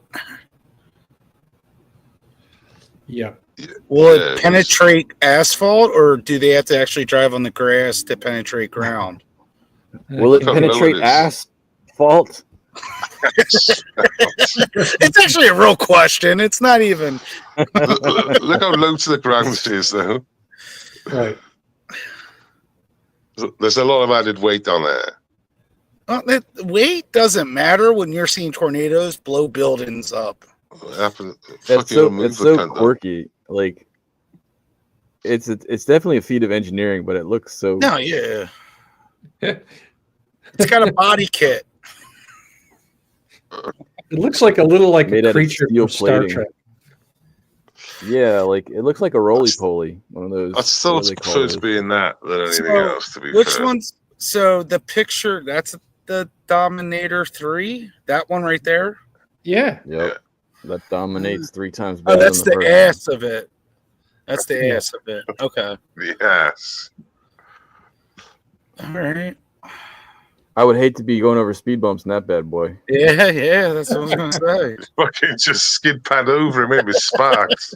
Yeah, Sparks will be That just or coming for your it would undercarriage. bulldoze it right out of the way. I don't know if that skirt goes up or down, but he flies down the road with that thing. Yeah. I'm suggesting that's on air suspension.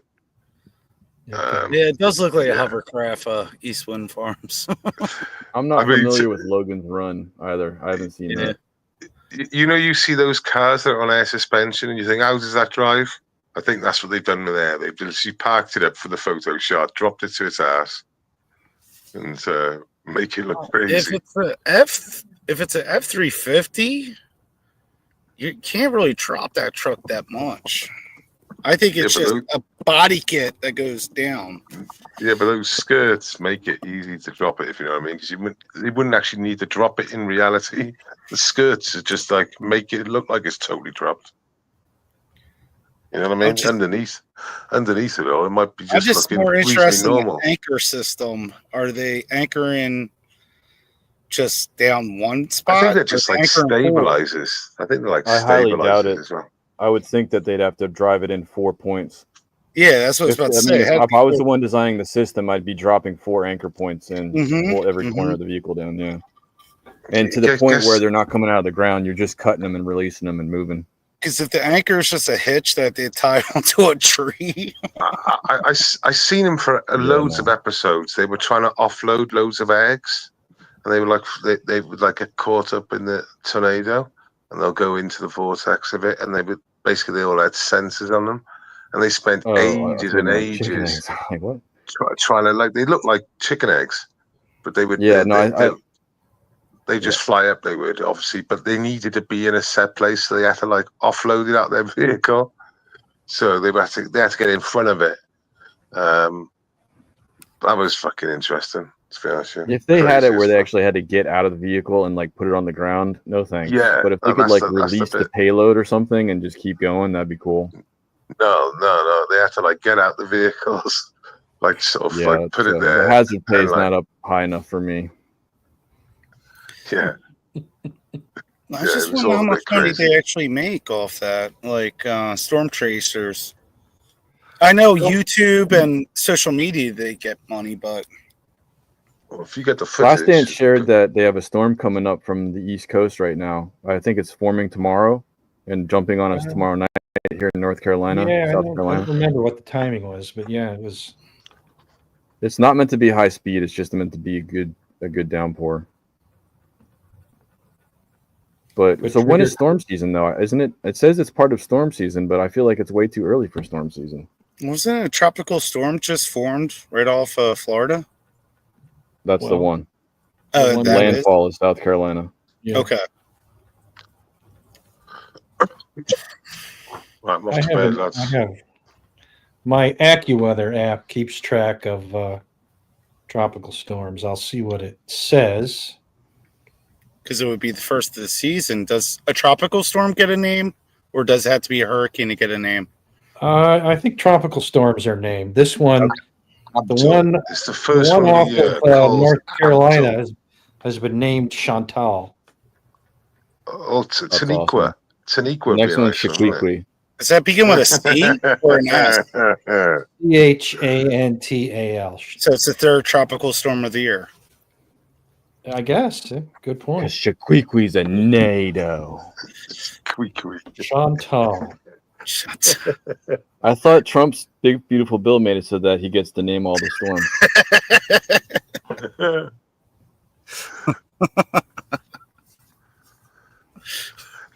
I do enjoy it though. I know you're trolling, but I do enjoy it when he says this stupid shit, and I love it when the whole left react off it and they all go nuts. You must be having a lot of good days lately, Welshman. He's not as bad as the first term, though. He really hasn't been that bad compared to the first term. Yet. Tropical storm Kafifi. So the current track has it going through Fayetteville and Raleigh and moving quickly back east again. The center mass is going through Raleigh. Have a good week. So what was that? I'm out of here. See you later, lads. All right. Thanks for your Take it easy. Did you say center mass is going through Raleigh? Yeah. Wow, my sister's right there. The current track, it's not there yet, but it's projected to go through. I like when they show the spaghetti models and it's just like chaos, and they're like, "Yes, it's going to go one of these ways," and you're like, "Why even predict it? That's terrible." What does the UK model say? Like, you got to follow the different models. Oh yeah, there's just like a fish and chips. I don't know.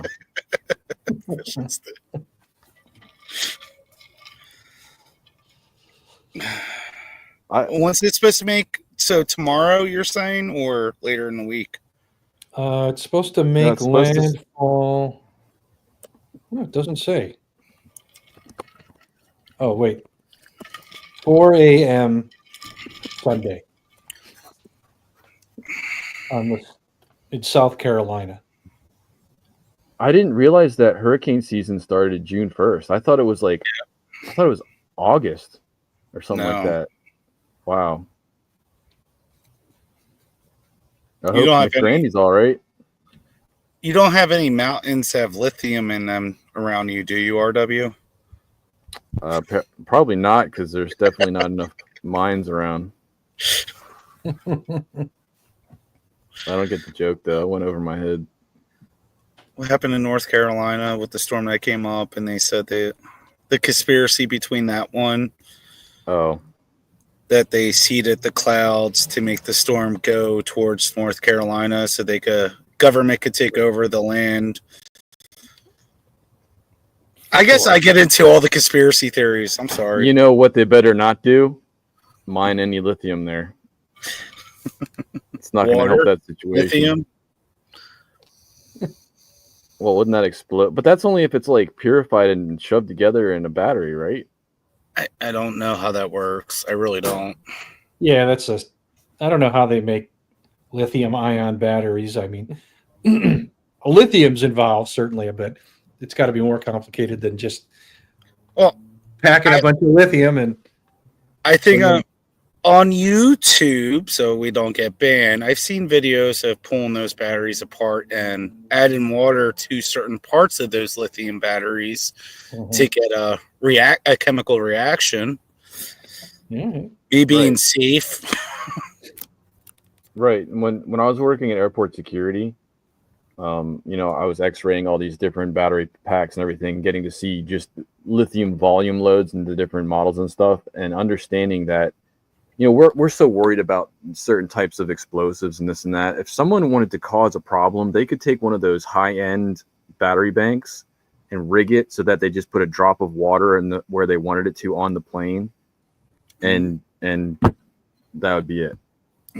So I think I know that we will have regulations and laws and everything to do the right thing, but it comes down to the individual that wants to do something wrong. They can do what they are going to do if they want to do it.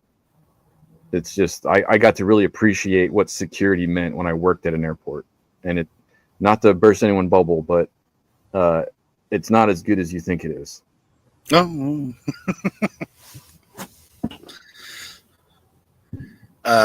Yeah, I don't have take the train, everybody. That's what I'm trying to say. I don't have a good time with TSA ever. Anytime we're going through, so. But you get a free prostate check every time, right? Oh no, I haven't got there yet. But I've got in minor arguments, and I realized I can't win. There's no way I'm going to win. So just bite your lip. What's the argument? What do you mean? Like what just argument? The stupidest shit in the world. Like, I forgot I had in my back pocket, I had a passport one time, and the guy started, you're not allowed to have anything in your pocket. It's my passport. And the guy's like, you can't have that. You were supposed to put I'm like, I don't go anywhere. My passport's staying on me. I'm not putting it in no bucket. I'm not getting stranded anywhere. That was the stupid fight. And my wife kind of gave me a look and like, shut the fuck up. And I was like, okay. And then she's like, you're never going to win, because she's the flight expert. She takes flights everywhere. So you have the right to be hand checked and bag searched instead of going through the process. Yeah. In that scenario, you may be able to maintain eye contact with your passport at all times, but you wouldn't allowed to have it in your hand, I don't think, for the wand. But that was the other thing. So I took it out of my back pocket, and they start freaking out. And I'm like, I already went through. I don't have a gun on me or anything. I'm like, what are you guys doing? Just when was this? Like 9/11 or what? When was this? Was 6 months ago, actually. Actually, this was the one to Jamaica when I went to Jamaica. So the hard part for me is security guards there's two types of security guards. The one type, which is my mentality, is you're a public service.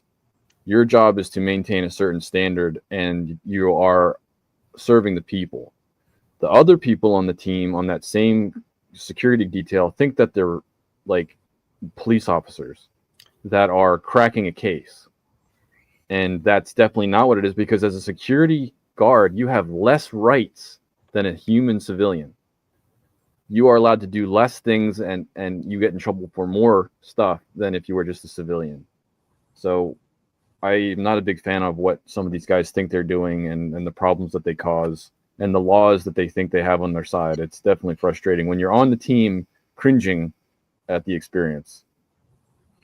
Well, I don't usually go through TSA that much. I don't leave the country that much. And when I used to, I never had to deal with TSA back in the day. So it was like my first run-in with TSA. And it was just like, you got to take your shoes off, belt, anything metal and all that. I'm like, all right. I forgot stuff. I took my shoes off. I forgot my belt, and they freaked out about that. We told you to remove your belt, and my interaction from the beginning wasn't good. It was some lady that was just hunched over the counter, taking passport and all your information, your ticket, and she wasn't that fun to deal with already. And then going through the what I call the cattle chute. This is Philly. Now, this is not everybody else's. I don't know. The cattle chute of just being forced through this aisle, then being screamed. I'm like, I'm not in prison. I'm like, what the fuck is going on here? And then when I went through, I kept my passport on me because I do not want to leave my passport. It's staying with me. That was my whole thing. And I totally get it. I got lip for it, and I was going to give lip back, and my wife's like, you're not going to win. Shut your fucking mouth. And I was like, okay. And then afterwards, the guy was kind of okay, but he was still a dickhead the whole time. But it was more like, I hate this, like, it's true. It was more like a battle of like, fuck you to fuck you, but there was no winning. The hardest part, here's the hard part. The guys that were on my detail that were dicks and really went down on people and wanted to take away the little nail files from the old ladies and everything. Okay. When the bomb test came through, these were the people that would fail the bomb test. Right? Like, okay. Their attention to detail. No. There's people that will put rigged, I forget what the right word is. It's not an explosive. It's made to look like an explosive so that when it comes through, you flag it and you go through the process and you call in the police and everything. They're a government agency that the police knows is going to be running this in this specific location at this time. And so they're like, the bomb squad doesn't come out or whatever. If you do not pass this test, you are foobarred. Like you're completely, you're just absolutely screwed. It's a bad situation. Okay. These people that are really attention to detail and picking on people and really going after for the dumbest things don't have the ability to actually keep this plane safe from actual explosives and stuff like that. That's where I started to get pissed off. Like, it's hard to know information on the inside of things sometimes. Yeah, and then my wife actually pays. She passes TSA. She pays $1,000 a year or something because all the flights that she takes. Diplomat status? Not, she pays for something that she doesn't have to go through. She goes through TSA, but in a different line. I don't know what the hell that is, but she doesn't have to go through the cattle chute with everybody, and she just shows her passport and her whatever she has on her. And that was her first time going through with the cattle chute in 2 years, she said. And she's like, I forgot how fucking pain in the ass this is. But she said it also depends on what airport you're at too. It all comes down to that too. Right. I've had more, I hate flying, but I've had more fluid success without problems in a large airport than the smaller airports. Smaller airports, they have time to screw with you, right? Okay. In a large airport, they're just trying to get you the fuck you're out. You're just getting pushed through. Mm-hmm. You can have, like in Australia, all these people have these power banks in their bags, and they just send them through, and they're just pushing them through. Then they get to the rural airports, and we're like, you got to take all that stuff out of your bag because we're following the protocol, right? Yes, yes. But internationally, they're like, screw the protocol. We got to get these people through. So, yeah. I'm sorry you had a rough time. I feel for you. Well, no. I kind of understood. It's just I'm a dickhead too, so I had to learn how to swallow my pride. You want to Like, get something? I got time. called TSA Pre, which I have. It's not $1,000. It's cheaper than that.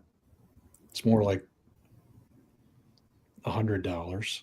Oh, is that for a whole year though, or something? It's forever, basically. Oh, one time. She must be fucking using that money for something else then. What is it? A security clearance then? It's like a pre-clearance, right? And you get to go through the TSA. It's a shorter line with simpler rules. You don't have to take your shoes off. Yeah. It's just much. It's much nicer. Is it basically a background check, like fingerprint? You're going like you're signing up to work with kids or something, so they know that you have no record. It's actually not that extensive, but it is a background check of sorts. Yes. Okay. I mean, if you're going to fast track people, you at least would want to go the whole 9 yards to make sure that they don't have any. RW, when was the last time you did detail, or you did this detail at airports and all? What year was that? Like far back? That was when COVID, just before COVID started. So what was it? 2018. Because my wife said straight out, they're very lenient compared to what they used to be. Like even the amount of fluid you can have in a bottle, they really don't care about that for anymore. 9/11. Since 9/11. She's been flying for over 10 years, so. Yeah, when 9/11 happened, they started to make some ridiculous laws. Like, there's literally old ladies that would come through with like a little tiny knife in their like nail kit. Yeah. And the guy that was the boss of our detail was like, "Oh, we got to take that." I'm like, "Are you fucking kidding me, dude? If they hold up the plane with this, that plane should crash." Well, wasn't the 9/11 planes held up by box cutters? A box cutter is at least a weapon. Yeah, what is Nana gonna do with this thing? She's gonna fuck people up. Like, you look at these old ladies who literally just flew with it through international to get to rural, and you're like, yeah, we got to throw that in the trash. It's considered a weapon. You're like, as the person that has to say this, you're just like, I'm so sorry to tell you this right now, but your nail kit is a dangerous weapon.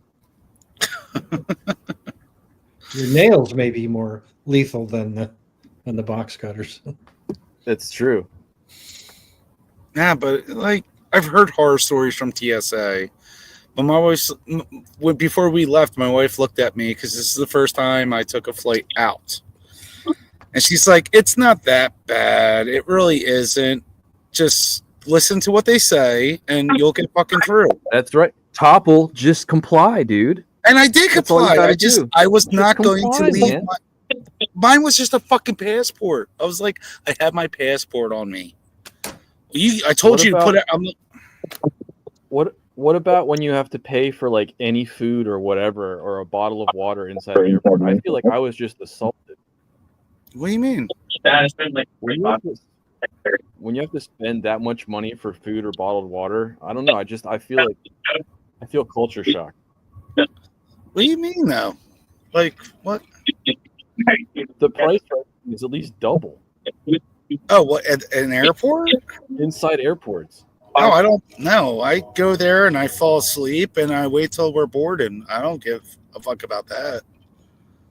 If you're going, also, how many hours are you traveling? That was only 3 hours. Okay. So that's another. I was more concerned about, like, did I take a dump at a perfect time that I won't need to take a dump when I'm on the flight? That's good logistics. God forbid I had to take those long journeys back in the old days, long flights. I was younger though. Something about airplane seats definitely gives me gas. I'm not a fun flyer. Maybe I'm just nervous. I don't know. Probably. Well, that's my biggest thing with my wife. I'm like, how do you fly long distance like you do and not worry about shitting or peeing? She's like, you just pee in the plane. I'm like, what about shitting? And she's like, oh, usually on my trips, that's why I become constipated. I'm like, okay, all right, cool. If you guys want to hear about my wife's constipation, so not really. I'll put it right up there with the breast. Like I said, most of the times when I went down south, I would drive anyway. I never took a plane. I wonder if Aphid would be able to use an airplane toilet. Something tells me not. I don't think so. Wait, what? The toilet door fell off once when I was going. Oh, I need to know this story. He needs to jump on here. A door falls off a plane? Yeah, first of all, a door falling off a plane is newsworthy. I don't care if it's on the inside or the outside. Well, he must have had some really powerful gas. Right, bottle cap pressurized in that cabin.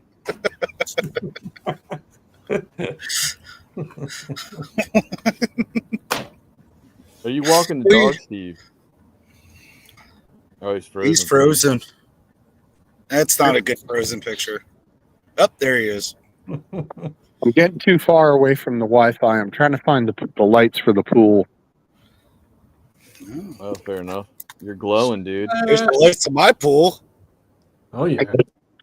Dude, I'm in like the bushes here. I can't fucking find anything.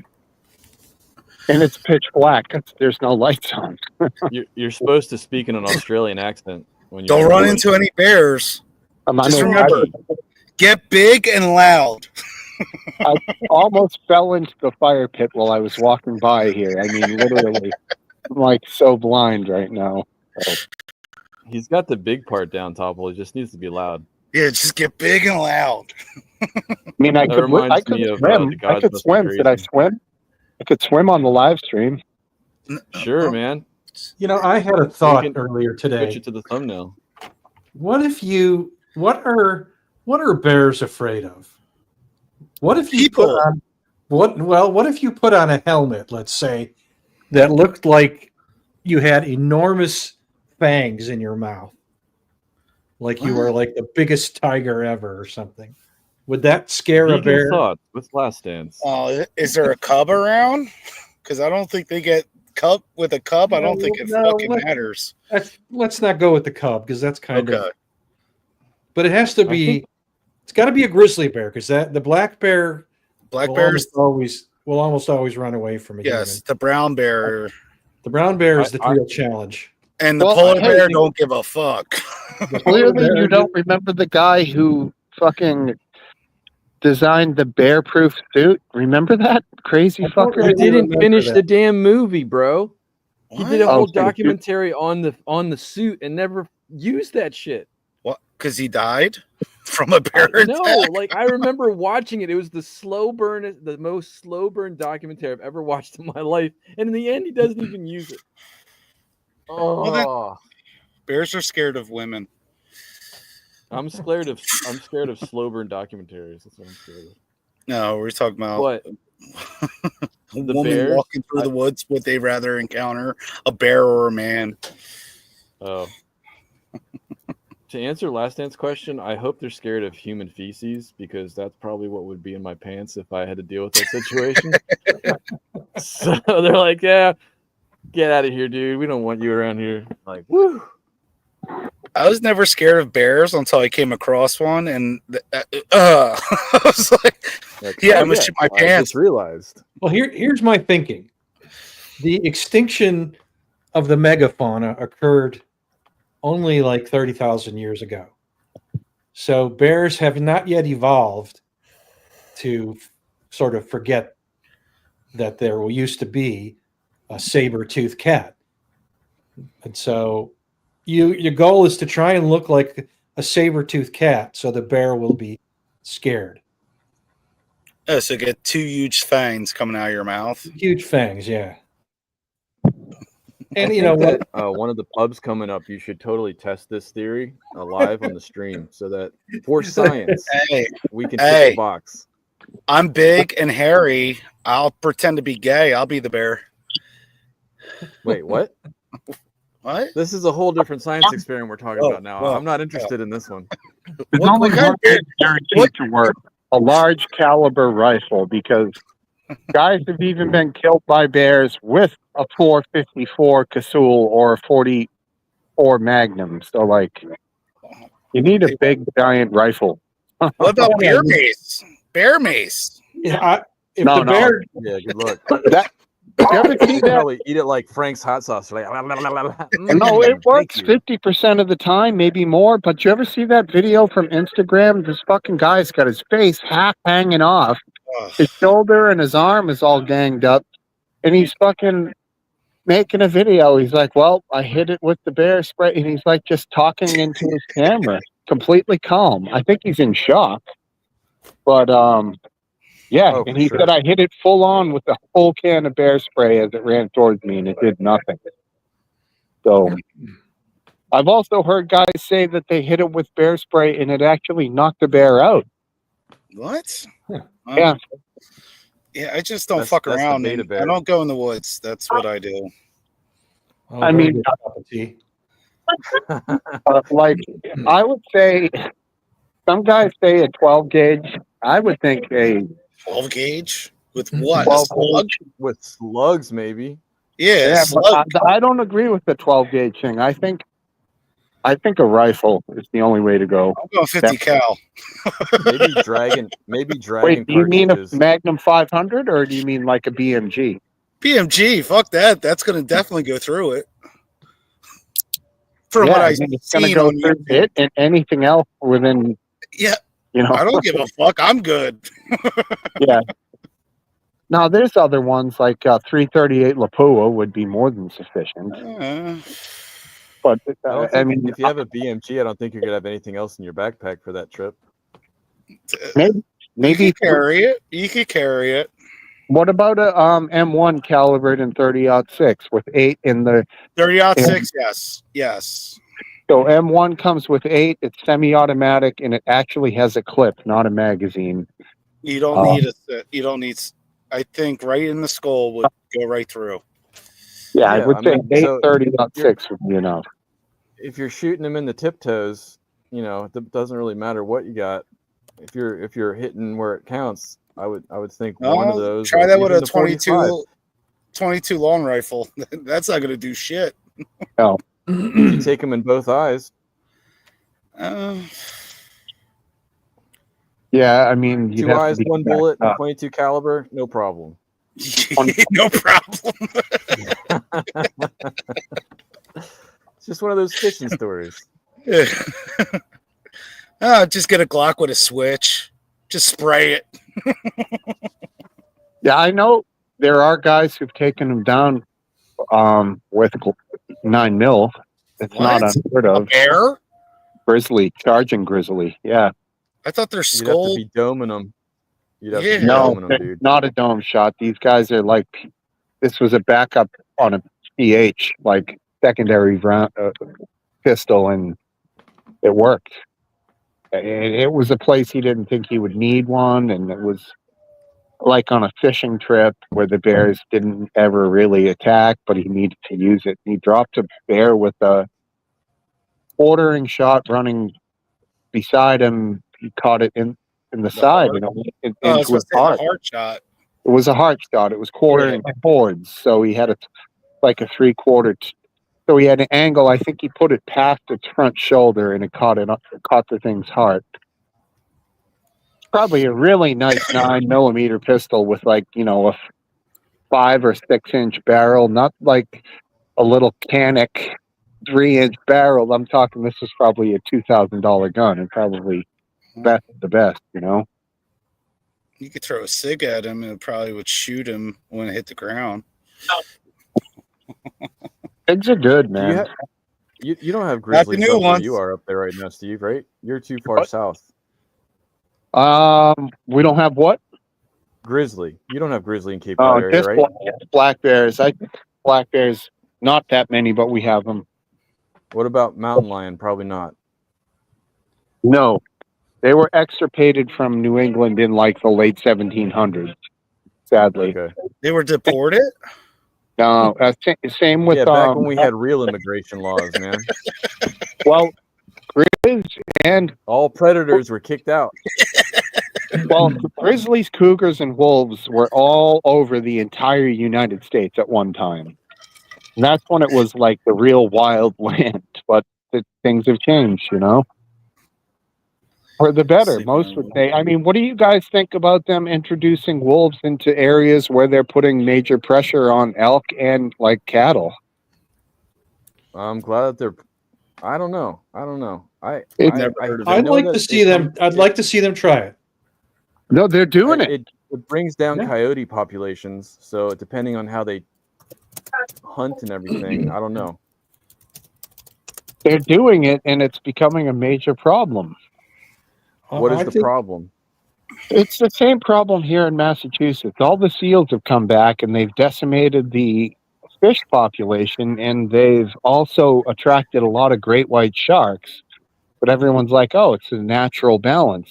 Well, humans made the natural balance when we got here. We got rid of the wolves, and we got rid of the seals. We got rid of the great white sharks. We got rid of the grizzly bears in a lot of the country. And now, if they all come back, isn't that going to be bad for humans? Is it better If to they're be... going to call them, if they're going to call them at a certain level, I'm not sure it's going to be the same issue. If they're going to regulate the herd or the pack.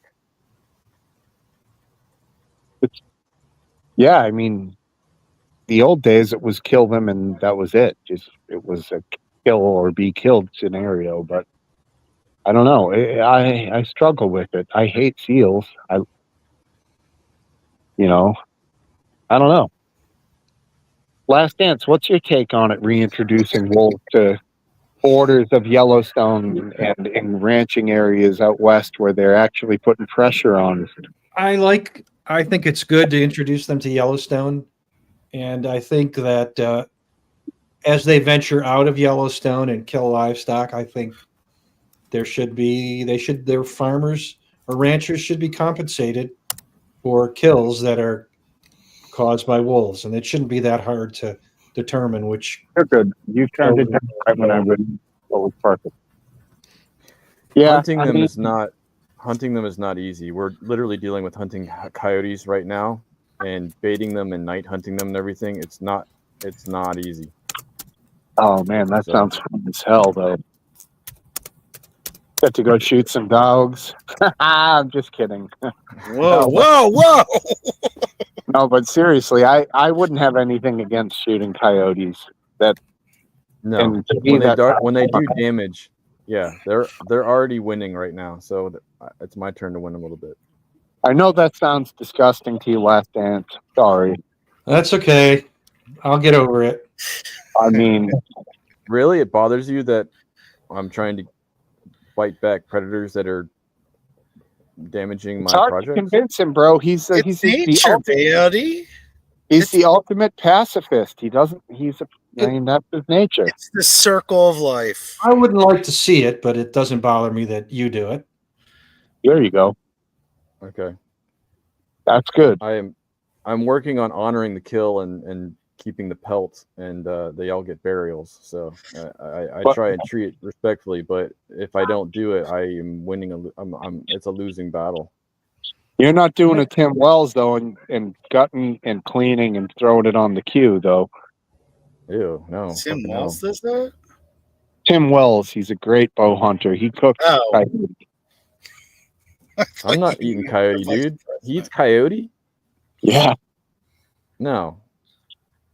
He eats everything that he kills almost. Well, good for him. I'll send it to his house. Not a big game eater. Not a big game eater. Even venison, whitetail? No. Mm. I've had jerky. Not a big fan of it. My brother-in-law just made jerky today. It's delicious. Good jerky is hard to beat. I've had like a lot of it made by guys who suck, and the jerky is like it'll dislocate your jaw trying to get a piece off. But Hey, you want to chew on some of these rocks I flavored? You're like, no, I'm good, bro. No, I'm good just with chicken, poultry. I don't need nothing else. really, I was I just talking earlier how I'm getting so sick of grilled, like just chicken breast. it's just the healthier Yeah, version. Cuba I eat Cutie area. pork and I eat beef, but I prefer poultry. It's the healthier choice. We were looking into moving to that area, Bottle Cap, for work for me. You're like Jim Morrison. You men eat your dinner, eat your pork and beans. I eat more chicken any man ever seen. Only I don't think he was talking about chicken. We all know what old Jimmy was talking about. No, I would never go to Australia. Everything there can fucking kill you. I'm good. God, they're Dude, singing Australia's Journey. beautiful, man. What's Australia's that? Beautiful. You No. probably can't be It's on camera, right? what Dawn's You're saying. left in the service. I can. I don't think so. I mean, yeah, I can if I were to go. No, that would be a different story. Yeah, so then don't do it.